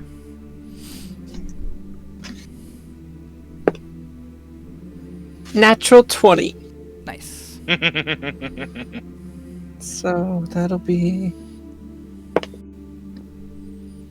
7, 18 points of damage. You explode the head. Not of the one that Alrin just hit with his ray of frost. You can see a little bit of touch of frost, and it just seems really weak and slow. But your bullet impacts the cranium of another one of these zombies, and it just explodes. It doesn't even get its its undead fortitude from it. But yeah. So if I bonus action punch, can I hit another one, or does it have to be the same one? Okay. Okay. A different one. There's Sweet. 3 in melee with you, so. Alright, well I'm gonna go punch another one then. Boom headshot is what I wanted to say, but my mouth is full. Pretty much. Oh. For realsies, it's another nat 20. Alright. So, alright, actions. That'll be 12 points of damage to that other one. Alright. Again, you headshot the one, and then your fist just comes around and just slams again, just smashing the head of another zombie. Yep, we're kicking in the fight or flight. just full on rage. Alright. With that, it is the end of Enra's turn. And the gargoyle, still right next to Zella, is going to make a disadvantaged attack against her. That is a natural 1 for 5. No? But technically, it did take a hostile action towards you, so you get to make another wisdom saving throw. Okay. Right now? Yep. Oh, is that to break Strahd's charm? Mm-hmm. Oh, that's sweet. How's an 11? Yeah, no. you still regard Strahd as the very best guy. I don't know if it doesn't change who Zella is, she wouldn't regard him as the best guy. She would regard him as a person. Well, Tolerable. it actually says the charm target regards Strahd as a trusted friend to be heeded and protected. Okay, but So- it doesn't change who she is. I know. So she's still a bitch. So you some very conflicting basically- emotions right now. Yeah. Like, it's a very much, I like you, but I also hate you so much. So basically, this is what we're gonna have to deal with. Oh, this is gonna be fun. For at least This is gonna be loads of fun. All right. So with that, I'm going home with her. I'm gonna be her court jester. She's gonna take care of me. with that is the end of that round of combat. So we'll take a 5-minute break here. So get what you need to get. Bathroom breaks and all that jazz. Yep. Water, whatever. So we do that, and yeah, be back in like 5 minutes. Hey, and we'll continue this combat. Okay. I like that this combat and this campaign so far has been a lot slower and more in depth than just the last one, which was, oh, this guy fires an arrow. Oh, everything dies.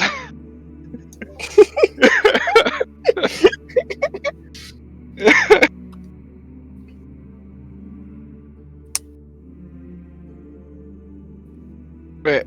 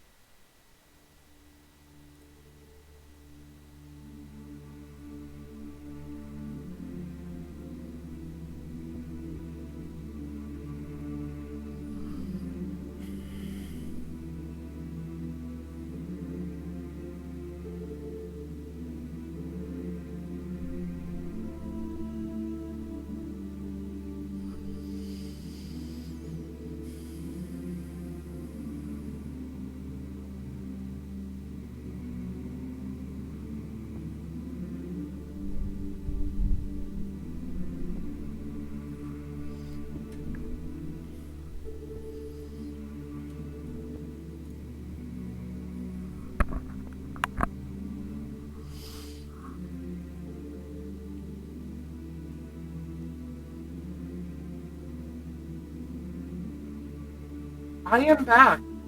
Welcome back. I just had to get another cup of coffee. I'm here too. I have hot Forever cocoa. coffee. I have hot cocoa. Hey, high five! I got some water. See, what you need to do is put the hot cocoa in the coffee. And then you get mocha. Uh-huh. I also have a candy cane. 'Cause You, I'm fancy like that. you need to send me one. So come over after D&D. I can't. Why not? Social distancing, yo. I think Social me and Aaron distance your have faces. gone. I think at this point, social distancing doesn't help at all because we've already hung out a lot. I mean, I Yeah. basically live at their house anyway. Yeah. Alright. Slap both of you across the face. Well, Good luck Do with it. that. You'll have to get. I within think that 2 minutes. I think that goes against social distancing rules. Does it You not? might wanna like get a broom or something. don't worry, I'll slap Alexa for you, Lexley. I wouldn't touch you with a 36-foot pole. I'm sorry. You're talking to an artist and engineer, so I can get creative. Alright. Let's get back Armor of many tools. Tool number 1. let's get Slap back to stick. this. Let's get back to this. Alright. So at the start of the round, Darts, you're up. Yeah. Okay. Excuse you? Yeah. I'm going to, instead of continuing attacking these vile creatures, I'm gonna run upstairs. Okay. And I'm gonna open the door to the room. It's I'm it's just gonna- it's wide open. Okay, well, is it really dark in there? It is pitch black and you cannot see in it. Yeah, I don't think dark vision will do anything. So I'm just gonna like search around, like Oh, with my you hand. do You do have dark vision, but dark vision doesn't work in magical darkness. Yeah, I know. Okay. I was like, I have dark vision, but it's not going to work in the dark vision spell. So I'm just going to search with my hand. Okay. And try and find Zella. And I'm going to cast Suggestion. Okay. How about you give me a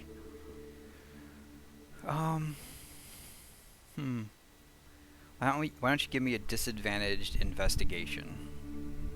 Disadvantage investigation? Yep. One roll. Okay, so the lowest was a 15. I'm gonna say it takes your entire action to find Zoa. Okay. You're able to find her in this darkness, like just groping around and feeling around. You do end up contacting her. You kind of trip a little bit on the gargoyle that's right in front of her, but you do find her. Okay. He's just gonna, with his bonus action, gargoyle with his whip. Okay.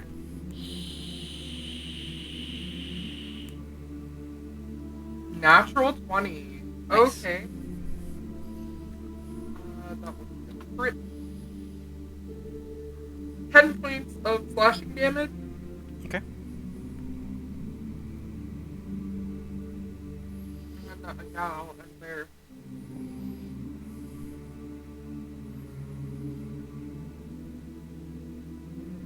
Is that all for your turn?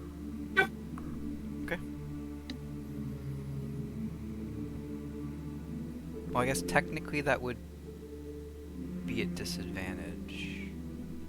I could roll again. Yeah, go ahead and roll again. Natural 20. Okay. Alright, so the damage stands. Alright.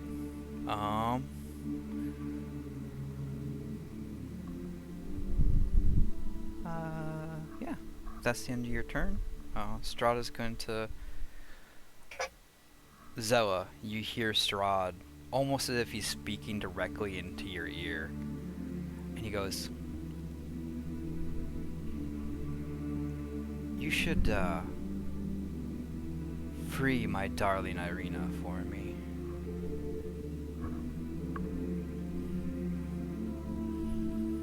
So, basically on your turn, he's asking you to free Irina in whatever way you possibly can.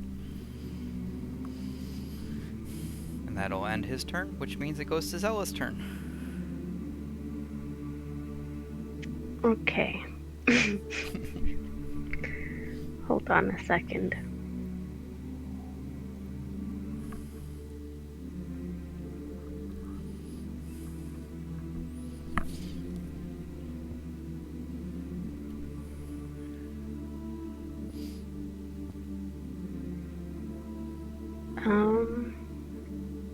I'm going to cast Ray of Sickness on Ismark.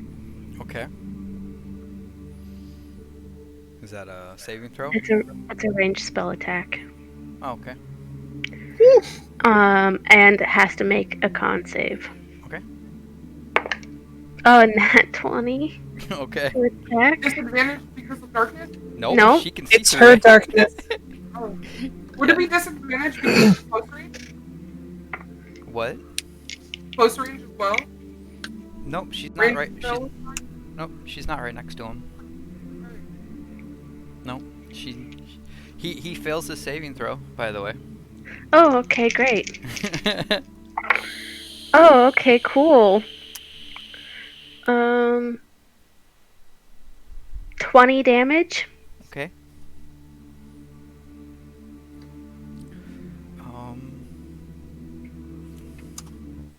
Isn't. Hold on. I have to see how many hit points he has. I don't know.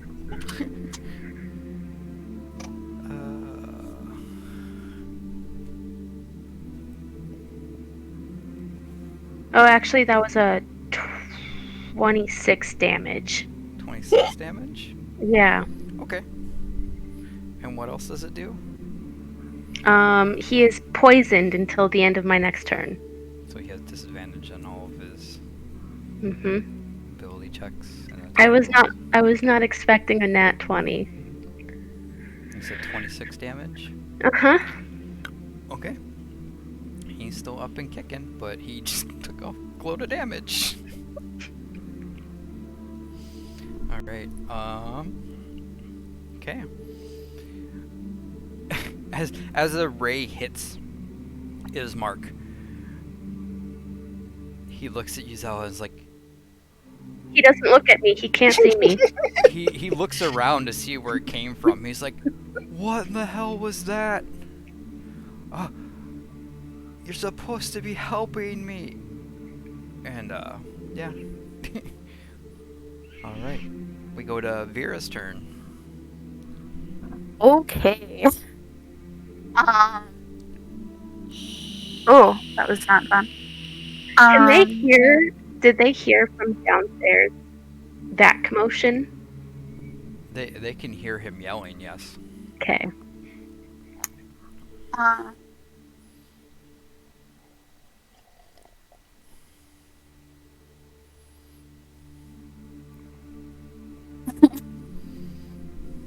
Vera.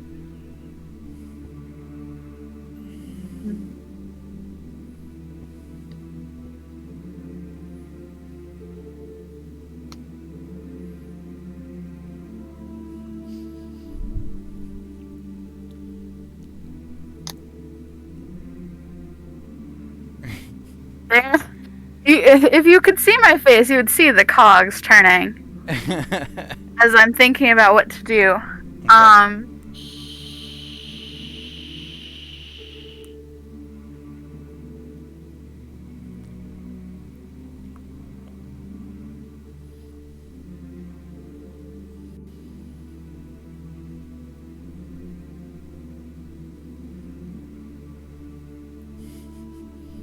Well, there's a load of zombies in front of you. You heard, you saw darts run back upstairs, and you heard, Ismark, crying out about something.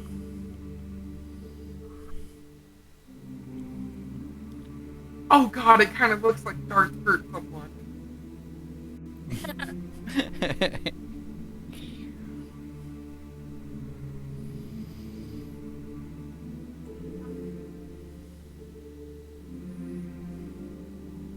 Is going to channel divinity. Okay. Turn the unholy. Okay. So as my action, I present my holy symbol, and each fiend or undead that can see or hear me within 30 feet has to make a wisdom saving throw. Okay. What does it do if they fail? It is turned for 1 minute or until it takes damage. A turned creature must spend its turns trying to move as far away from you as it can. Yep. And can't willingly move to a space within 30 feet. Also can't take reactions. Yep. It can only use the dash action. Or try to escape from an effect. Like grapple, for example. Okay. Yeah. Yeah. You have I figure I should probably use my paladin your paladin. stuff. Let's see. So Strahd can hear you, so I'll make his. What's the DC? Is probably my spell save DC, right? So 15? Yeah, he rolled a dirty 20, so he's good. But yes, Okay. all the zombies are cowering in fear. They look like they're about to bolt on their turn. So Okay. yes. Because it's fiend and undead, would the gargoyle upstairs be affected? Nope. Because it's within earshot? Nope. Okay. And then Would darts Yeah, the gargoyle's be not affected? classified as undead. Would darts be affected? Wisdom saving throw, right? Yep. Wisdom saving throw. No, they're not Actually, affected. no. Technically, I think it's only if you're. I think it's only if you're hostile towards the caster. I know it doesn't Are- specifically say that, but Okay. I'm gonna DM rule is only if you're hostile towards the caster. Okay? Okay. So we won't go in. Into that. Okay. And then Vera still has a bonus action. Can I punch something? I really want to punch something. You can punch something, okay? Okay. I'm Would gonna. you want to though? Because you just burn the undead, and if they're damaged. Yeah. Oh yeah. That's a good point. I don't Thanks, care. You can punch something. Go right ahead and punch something.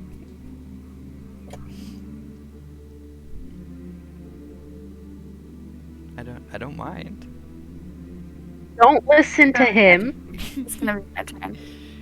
That's the end of your turn. I'm kind of stupid, but I'm not that stupid. Is Mark? Ooh. Okay. Thanks for the disadvantage. That's helpful. I have to look it up, see what the total is, just so I'm 100% certain. Okay, so that would be a 6 for his athletics check to continue his grapple. Whew. Okay. That's the end of his turn, and on the zombie's turn, they full on dash out of the house, like stumbling over each other, getting as far away as they can on their turn from Vera. Okay. Now it's Irina's turn.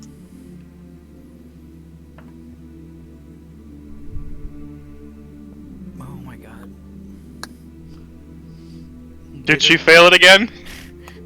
So, he got a 6. She got a 5? No, she got an 8. Oh. She breaks free, and she goes... The only person who can see how she's acting is Zella. But she looks out at Strahd and goes, "My dear Strahd, come and claim me." Uh-oh. That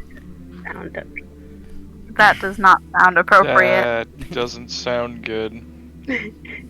And that's the end of her turn as she moves closer to the window.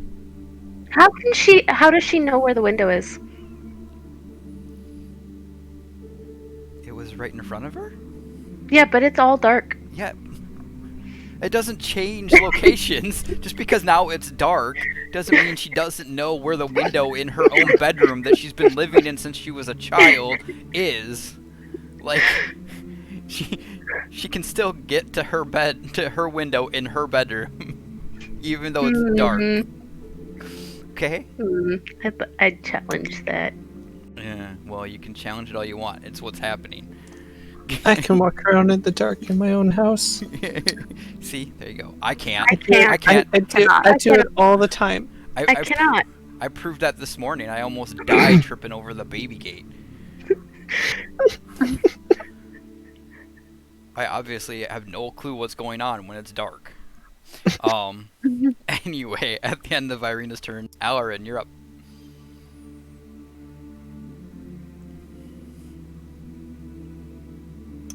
Okay, well, this is interesting. So all of the targets have disappeared. Yeah, they all They ran out of the house. Yep, they all ran out the door. I have been thinking over what to do Okay. about Zella being charmed. Mm-hmm. And I can't really do a whole lot about it. Yep.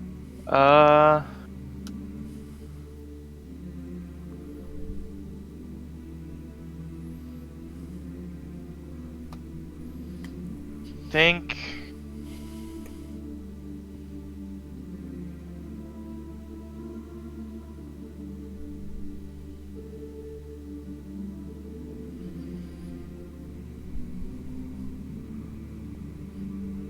I think I definitely need to head upstairs. Okay. Because the stuff downstairs, not a big deal. Okay. As I hit the top of the stairs, I can't really see anything in Arena's room, can I? Nope. Alright, I can't even tell that the gargoyle's still there? Nope. Nope. Alright. Well, noticing this magical darkness, I want to cast...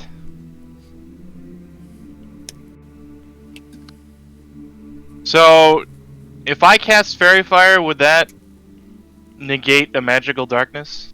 Like, by lighting everything up? Well, you'd have Well, it says an Well, advantage because it says- it says Well- non-magical light can't illuminate it. Yeah, But- well, Yeah, well, Fairy Fire is magical. Fairy Fire is magical. The only thing is everyone in the room would get a saving throw, and if they Yep. fail, they are illuminated. So Yep. you Yeah, could, but yes, then the room itself is illuminated. the whole room would be illuminated. Alright, so I think I'm gonna cast Fairy Fire into Arena's room so that Okay. I can like attempt to see. Okay. And that's a Dex save. So the dexterity saving throw. What's the DC? 14.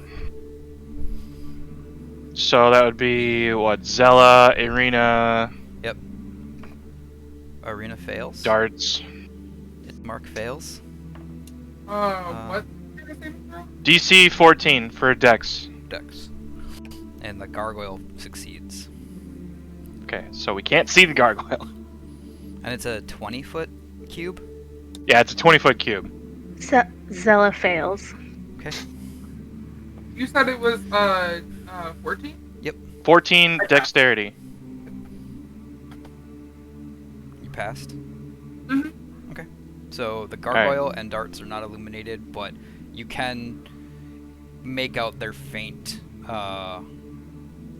physicality due to the fact that they are literally right next to Zella, and the room is kind of illuminated as like the bureau and the bed and a side table all kind of illuminate under the fairy fire as well. Alright, so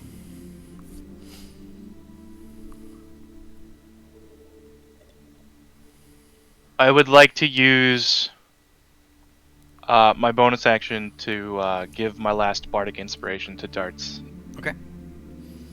Thank you. And then that'll be it. All right. Also, Aaron, you are super quiet. Like, super quiet. Thank you. Much better. Thank you. All right. Alright, that'll be it for me. All right, Enra, you're up. All right. Shout out the undead and don't come back. Okay. And then head upstairs to see what all the commotion is, and walks into a whole mess of something. What color is the light, by the way, Lauren? Well, I think Arena's gonna be purple. The other guy whose name I can't Ismark. remember for the life. Yeah. Ismark. Ismark's gonna be blue. And then Zella, she'll be green. Okay. All right. Okay, so the room is a kaleidoscope of colors. Yes. Kaleidoscope. Kaleidoscope Alright. of dim colors. It's a dim light. Very Okay. specific. It's dim. Everything's dark and lit at the same time. It's very disorientating. It's like, Magically dark and magically lit. Yep. Imagine like a candle blowing in the wind, like in a dark room.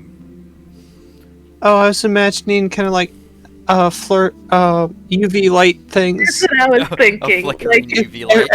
Well, Like everything's light. kind of like UV light on the surface. It's okay. it's and black light. Can I make out Strahd? You could see him out the window because he's unaffected by the darkness. Okay, cool. I'm gonna take a shot at Strahd. Okay, so you're stepping up to a window.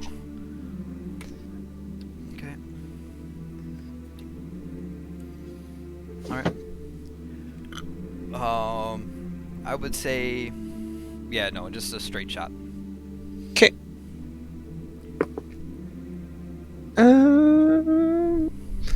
That'll be a 13. You struggle to kind of like get the right aim as you fire out the window, and it kind of just grazes past him, not leaving any real impact. Alright, then I will bonus action do my defensive field for temporary hit points. Okay. Alright. And now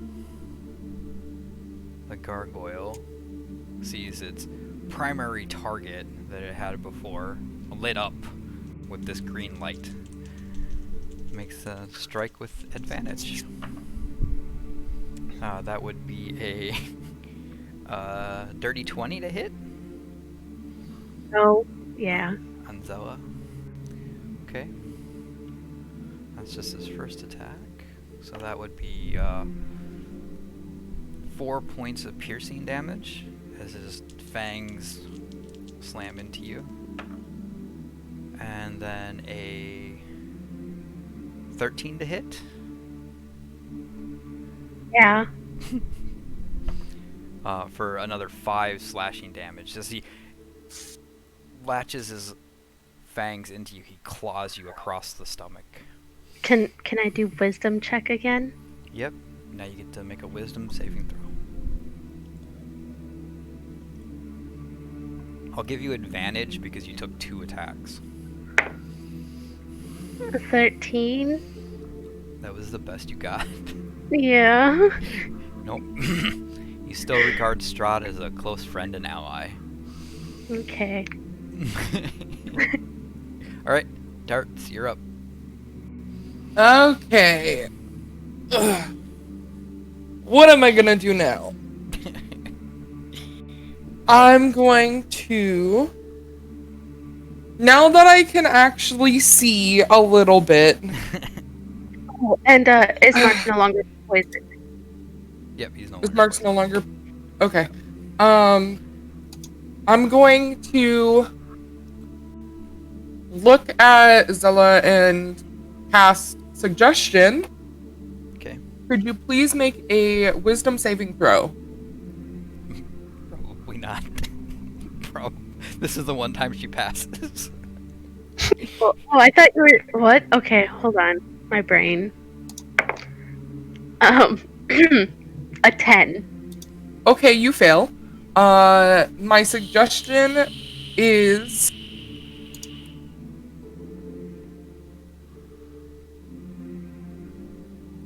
Go downstairs and wait until this is over.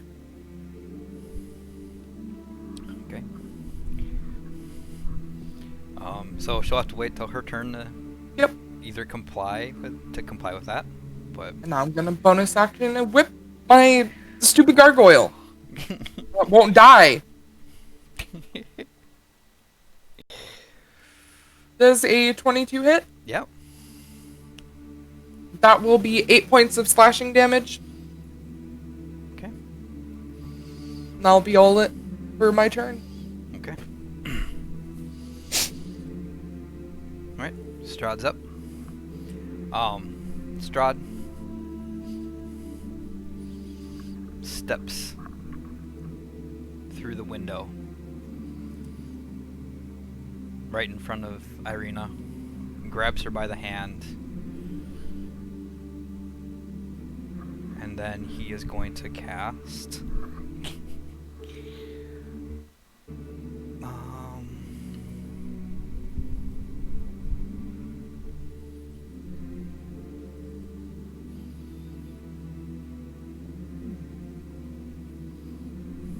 what is he gonna cast?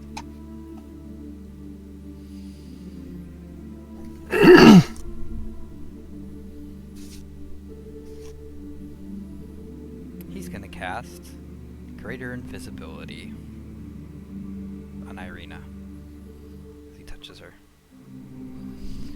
So, you see Strahd grab Irina by the hand, and then The greater invisibility doesn't work. oh yeah, She's illuminated by fairy fire and can't benefit from being Okay, invisible. Well, hey, that's my fault. I forgot. But now you don't actually see her physical form. You just see the fairy fire outline of her. So you still see her outline, but you don't actually see her. But yes, so yeah. So that's my bad. What? No, it's not your bad. It's Strahd's bad. Yep. He didn't realize. Yeah, he's very a dumb boy. he's singularly dumb boy. focused. He's singularly focused on a very special, a certain thing. So he kind of forgets. Yeah.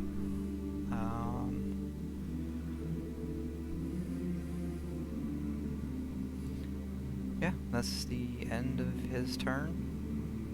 And we're gonna go to Zella. Zella, you have now been suggested to go downstairs, which that is your turn. You go downstairs. Okay, hold on. Can I say anything as I go? Okay, go ahead. Zella's gonna say, I'm going because I want to, not because you told me to. And go downstairs. Zella goes downstairs and sits down crisscross applesauce right near Vera, and like, who is probably confused.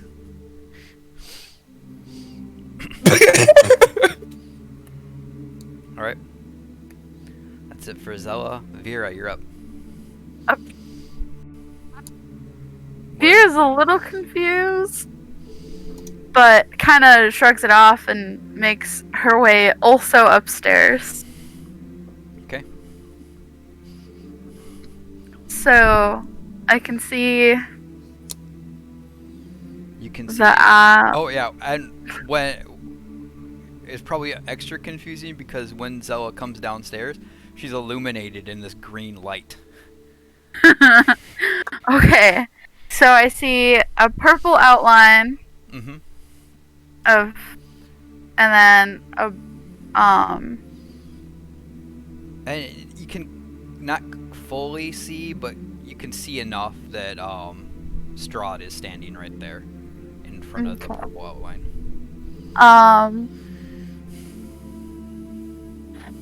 Do I still have movement, or do I not have any? You were just at the bottom of the stairs. You probably have another 10 feet. You could easily get into the room. Okay. I'm gonna get into the room then. Okay. I have no idea what I'm gonna do though. Well, you have 2 known enemy targets in the room with you. Okay. Oh, can I reach either of them Yeah. with my hammer? Yeah. Okay. It's kind of a tight space, but you know you're making it work. Okay.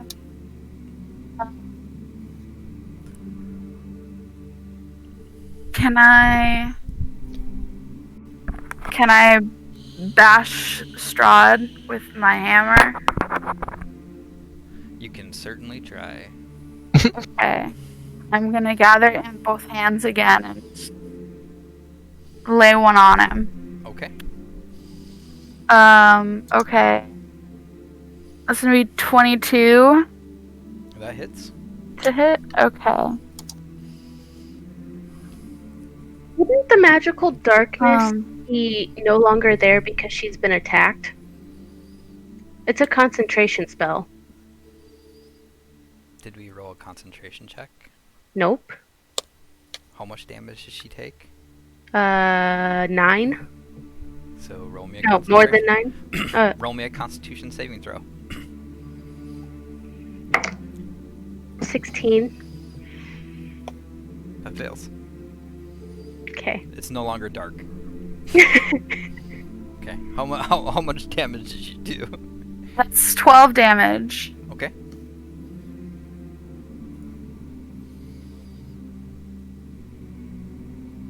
Anything else? And no. Alright. Ismark is going to charge at Strahd with his... Oh, what does he got? I think he has a great sword.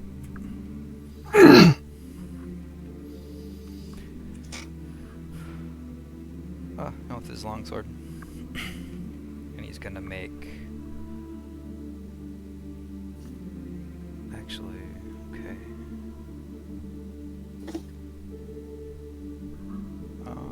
He's gonna make 2 longsword attacks.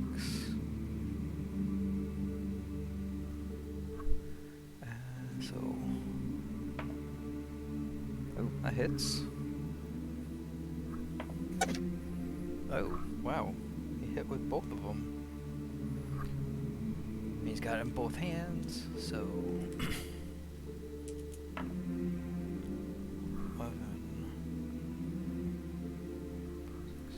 So, okay. Alright. He hits Strahd with... He just swings wildly with both of his longsword attacks, slamming them both into Strahd. Alright. The zombies are running away. Irina looks to all of you and then, like, you can almost kind of see it as she's, like, semi-transparent. But you can kind of see the actions of her body illuminated by the fairy fire, and she just embraces Strahd. That's it for her turn. Alarin.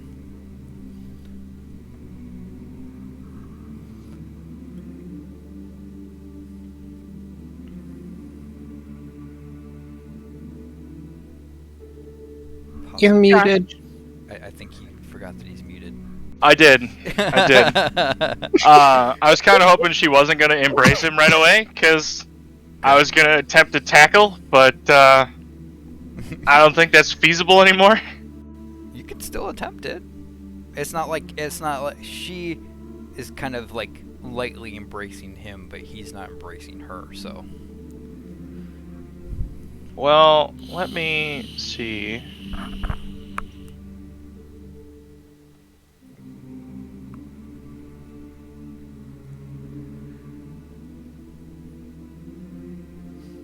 Oh. Okay. Well, this is gonna suck for me later, just because of the way it is, but I'm going to burn my dragon mark. Okay. And I'm going to use id insinuation on Irina. Okay. She has to make a wisdom saving throw or she is incapacitated.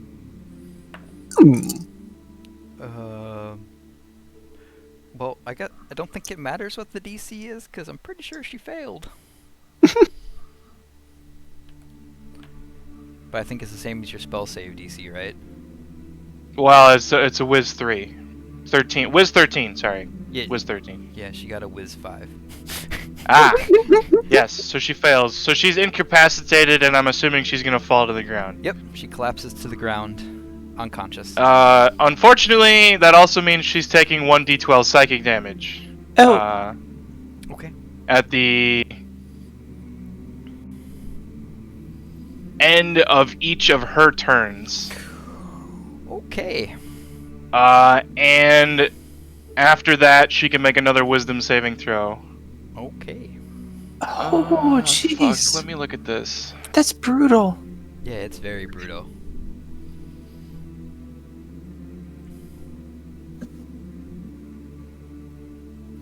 Incapacitated? Yeah. Would that be able to proc my... Nope. No. No. No. She's not 0 HP, she's just unconscious. Just wait till her next Okay. turn.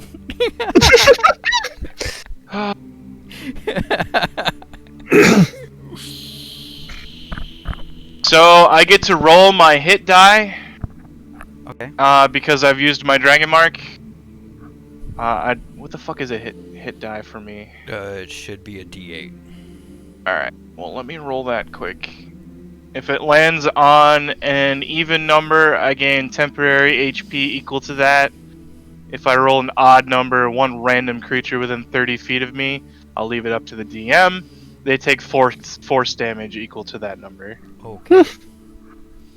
So literally anybody except for the zombie. Anybody within 30 feet of me. I rolled a 7, so it's an odd. Have at it, Brandon. Decide what thing within 30 feet of me takes 7 force damage. Does it include you? One random creature within 30 feet of me, not including me. If there was nothing within 30 feet Okay, of I me, need you then to- I would take the I damage. need you to roll me a D8. Okay. 1, 2, 3, 4. Oh, gargoyle. Sweet. Gargoyle takes 7 force damage. Take that, gurgle. Is it dead? Nope.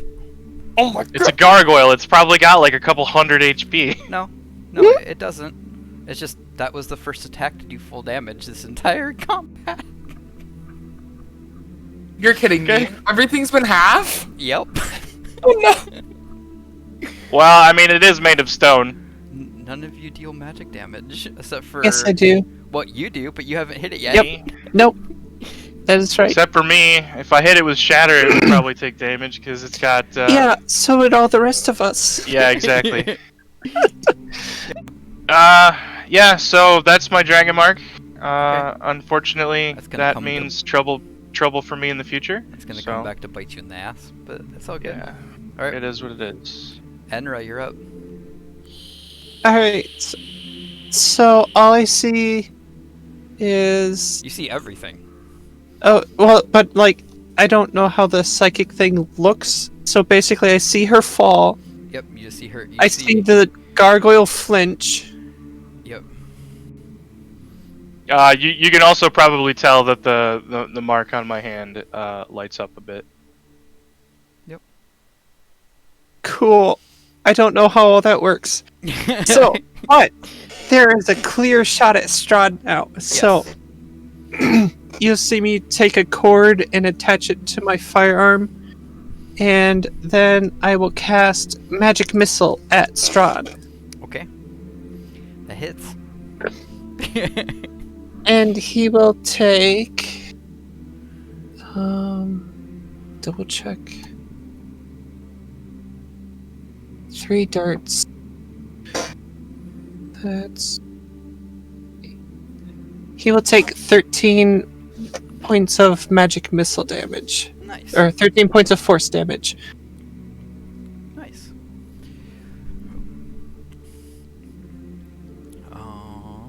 Okay. Let's see. All right.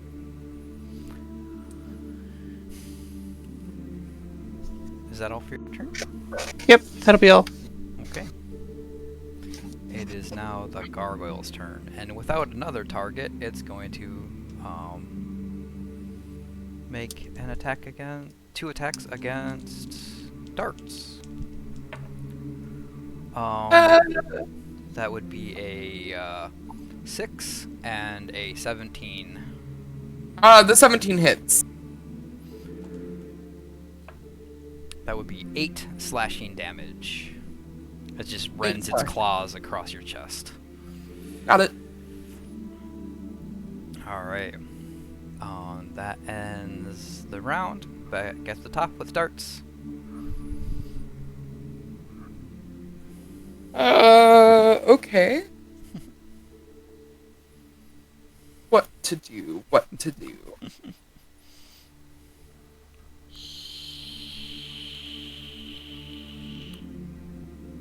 I think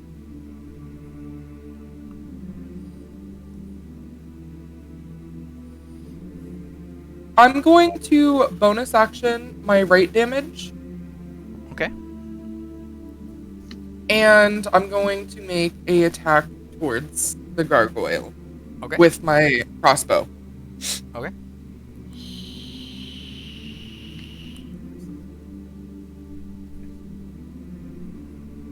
Does a 21 hit? Yes. That will be 9 points of piercing damage, and then a d4 of radiant damage, which comes out to 2 radiant damage. Okay. And then Question. Does that...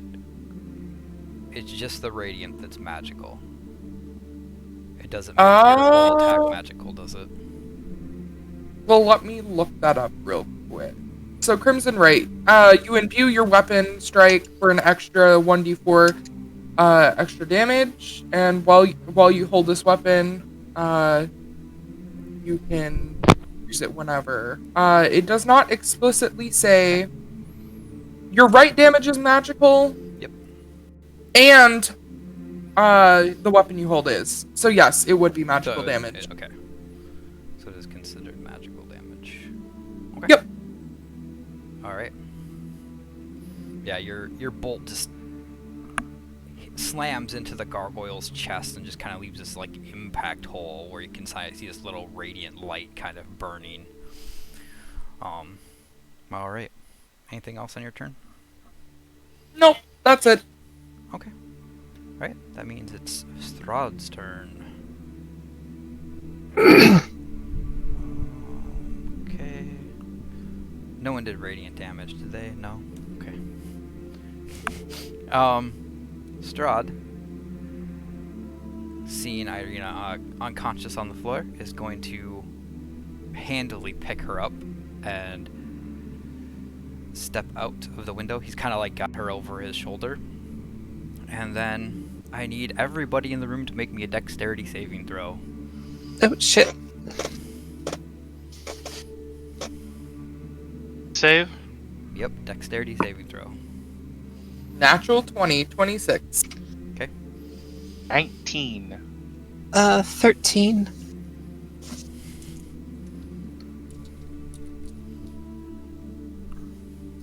Alexa. 6. What? 6? 6. Okay. Mm-hmm.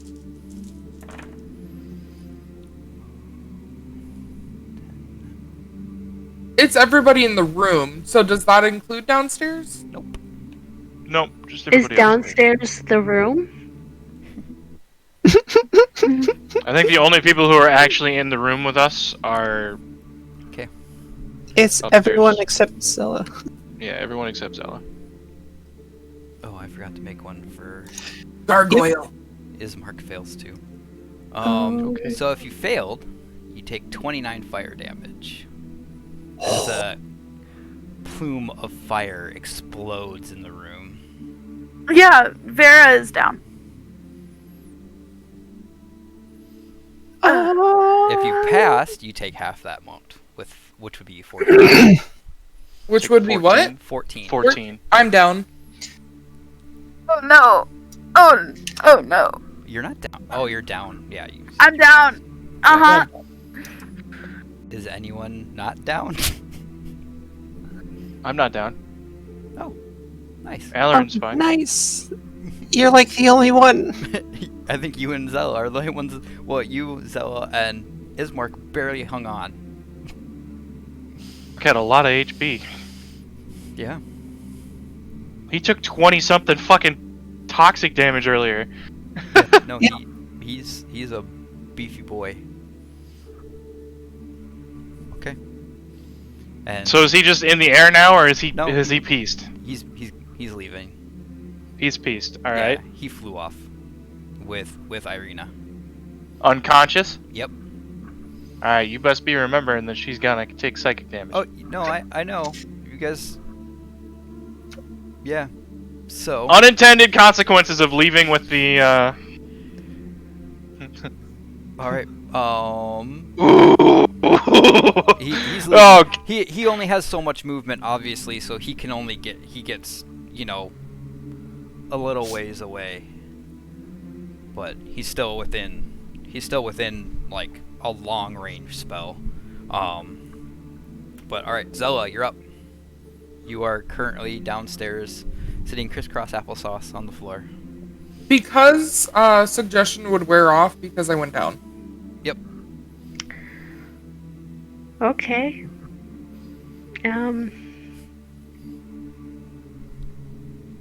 You heard a very large explosion upstairs.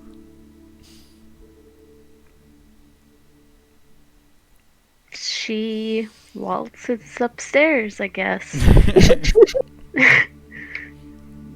You see 3 of your allies. You see Strahd has vanished from sight. You no longer see the purple haze that was Irina, but you see that Enra, Vera, and Dart's laying prone on the ground. You see the whole room is scorched with fire. Ismark looks barely hanging on, and Alarin is standing there, kind of chilling.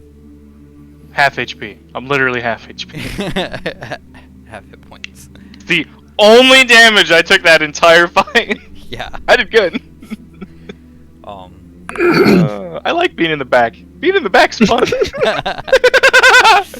Alright, what are you doing, Zella? I guess I'm going to go to Vera and try to do a medicine check or whatever. Okay. Because I have no healing spells. Yep. At all. Yeah. And I know that's like one of the ones that does the healings. Okay. So. Yeah. You can make a medicine check. And if you pass, it stabilizes the creature. 4? Yeah. No, it doesn't work. You fail. Well, in that case, it probably took her whole movement to get there. Yep. And that was her action. And that was her action.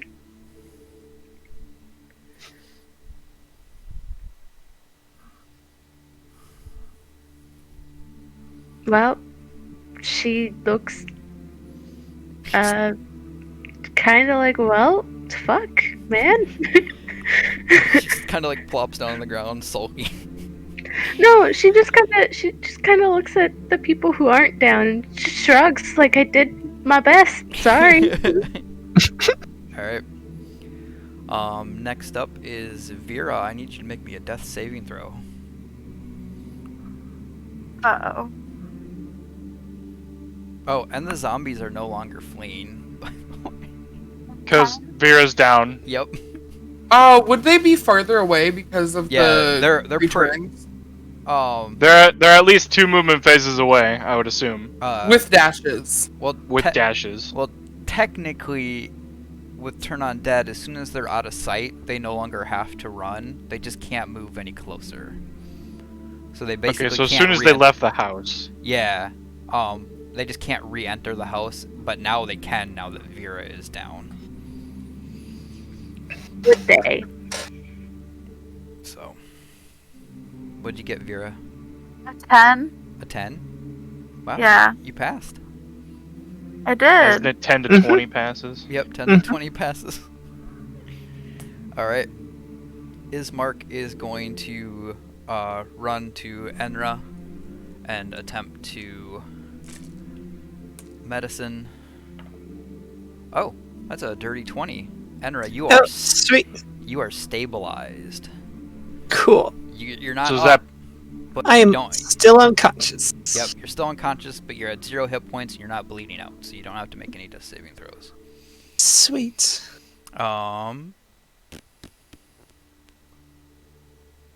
The zombies, seeing their master begin to leave, are just going to walk out the front gate and just start leaving, following his lead.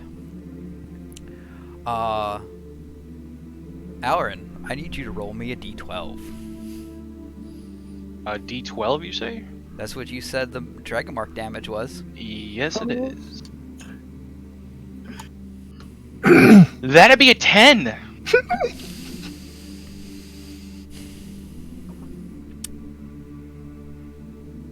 doesn't give me any stats on her. I don't think it does. Let me look. There's no stats on Arena. I have to double check, but I don't believe so. Oh, lovely.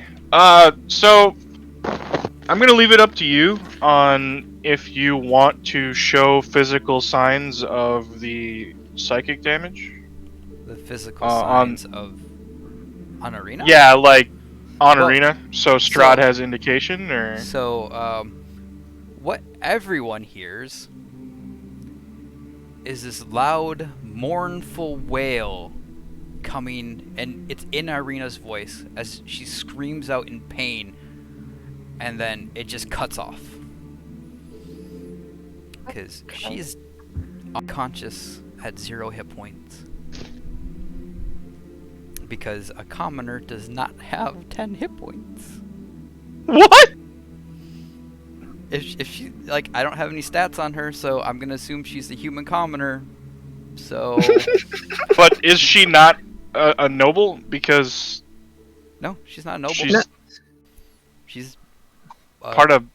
but no, she's I'm, See, not. I'm it's pretty family. sure she has a stat block. I can't find it.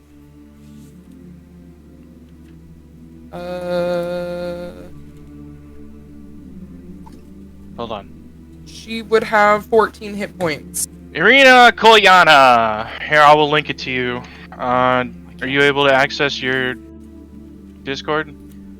Let me look. See if it's somewhere in my Uh, book. It should be in my book, but it's Fort- not in my book. Yeah. Armor class 15, hit points 14, speed Okay. 30. Yeah, she still screams out in pain as she takes 10 damage. Yeah, I don't know why it's not right here.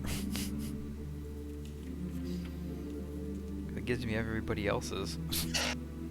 She's got a fat 11 for con.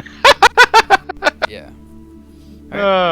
Well, she takes 10 psychic damage as the psychic reverberation happens. But still, she gets to roll another whiz save. she still technically can't be seen, so she fails. Okay.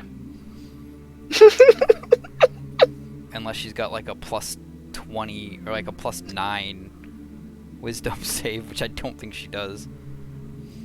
I didn't see anything from that. It's weird that it doesn't have it here for me.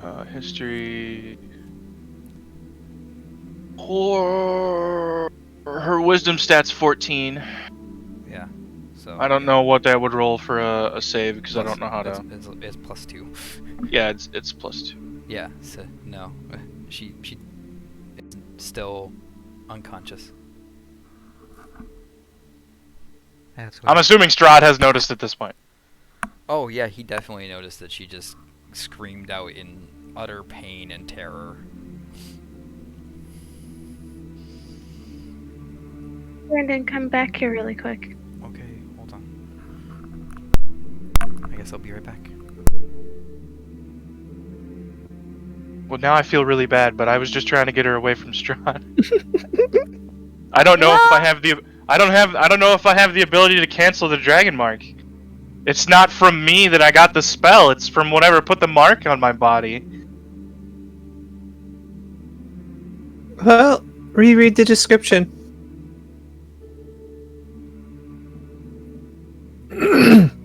You learn a cantrip and a first level spell from the sorcerer's spell list. You learn and can cast that spell at its lowest level once per long rest. Yep. When you cast so the spell, go- I get my hit die. Yep. Id read the insinuation. spell. You unleash a torrent of conflicting desires in the mind of one creature you can see within range, impairing its ability to make decisions. The target must succeed on a wisdom saving throw or be incapacitated. At the end of each of its turns, it takes 1d12 psychic damage, and it can then make another wisdom saving throw. On a success, the spell ends. Concentration up to a minute. So it does go away if I lose concentration. So you can drop your concentration on it should you choose. Yes. Alright. Oh hell, and I should probably roll a fucking con save for taking half my fucking health and damage.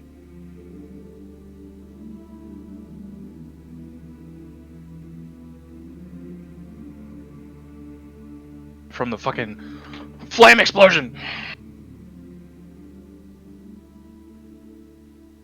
But I'm gonna roll it how it plays.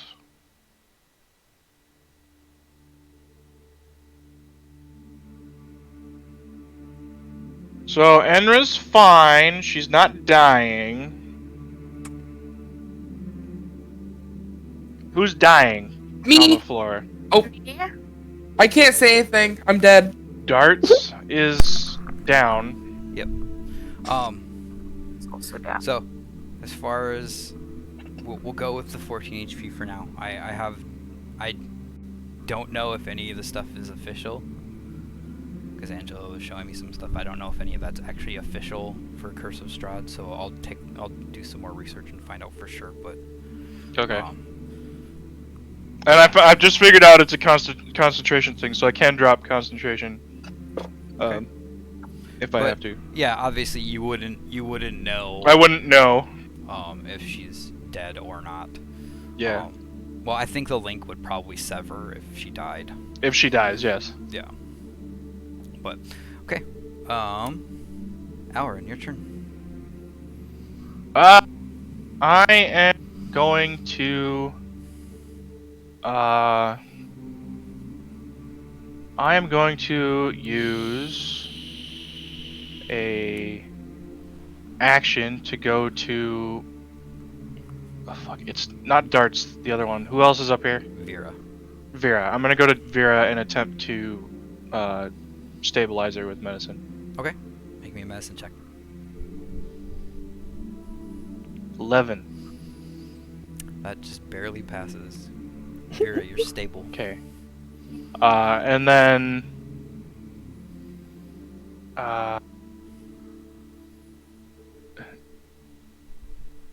So. This may not. Well, I know for a fact this won't work, but in essence of my character, I'm going to attempt to cast Healing Word on Darts. Okay. It it has restrictions. You know the restrictions, don't you, Brandon? Constructs and undead are not affected. Mm-hmm. Is Darts classified as undead? I need to know this. Does he heal or does he not heal? We're gonna say he heals. Okay. What? Alright, then I'm gonna cast it. Okay.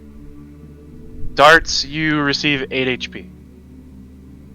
Okay. So Darts, you're now at 8 hit points. Thank God. Now You're you up have and a running.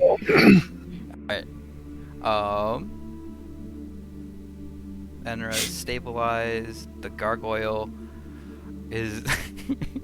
Is the guard still alive? Yeah. Yeah, that shit is still Did it alive. not just take a huge fuck off attack Oh. from Strahd? Yeah. Why didn't it take Oh its no! Yeah. damage? No. Yeah. Okay. Yeah. Never mind. The gargoyle is dead.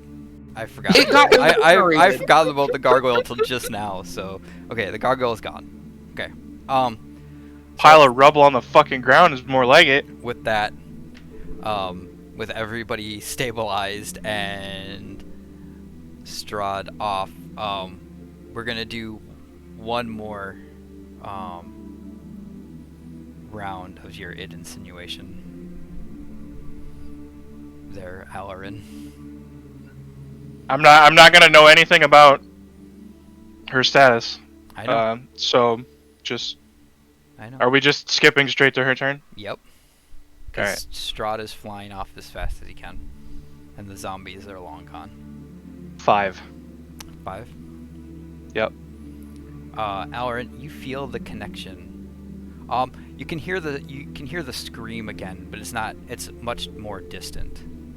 But yes, you feel the connection with Irina's mind sever. Okay. I'm not gonna mention this to Numbnuts Okay. because that would be bad. Something tells me if I mentioned it to the brother, he might get a little mad. Yeah. Maybe just a little bit. Just a little bit mad. So I'm not gonna say nothing. We're gonna leave that as.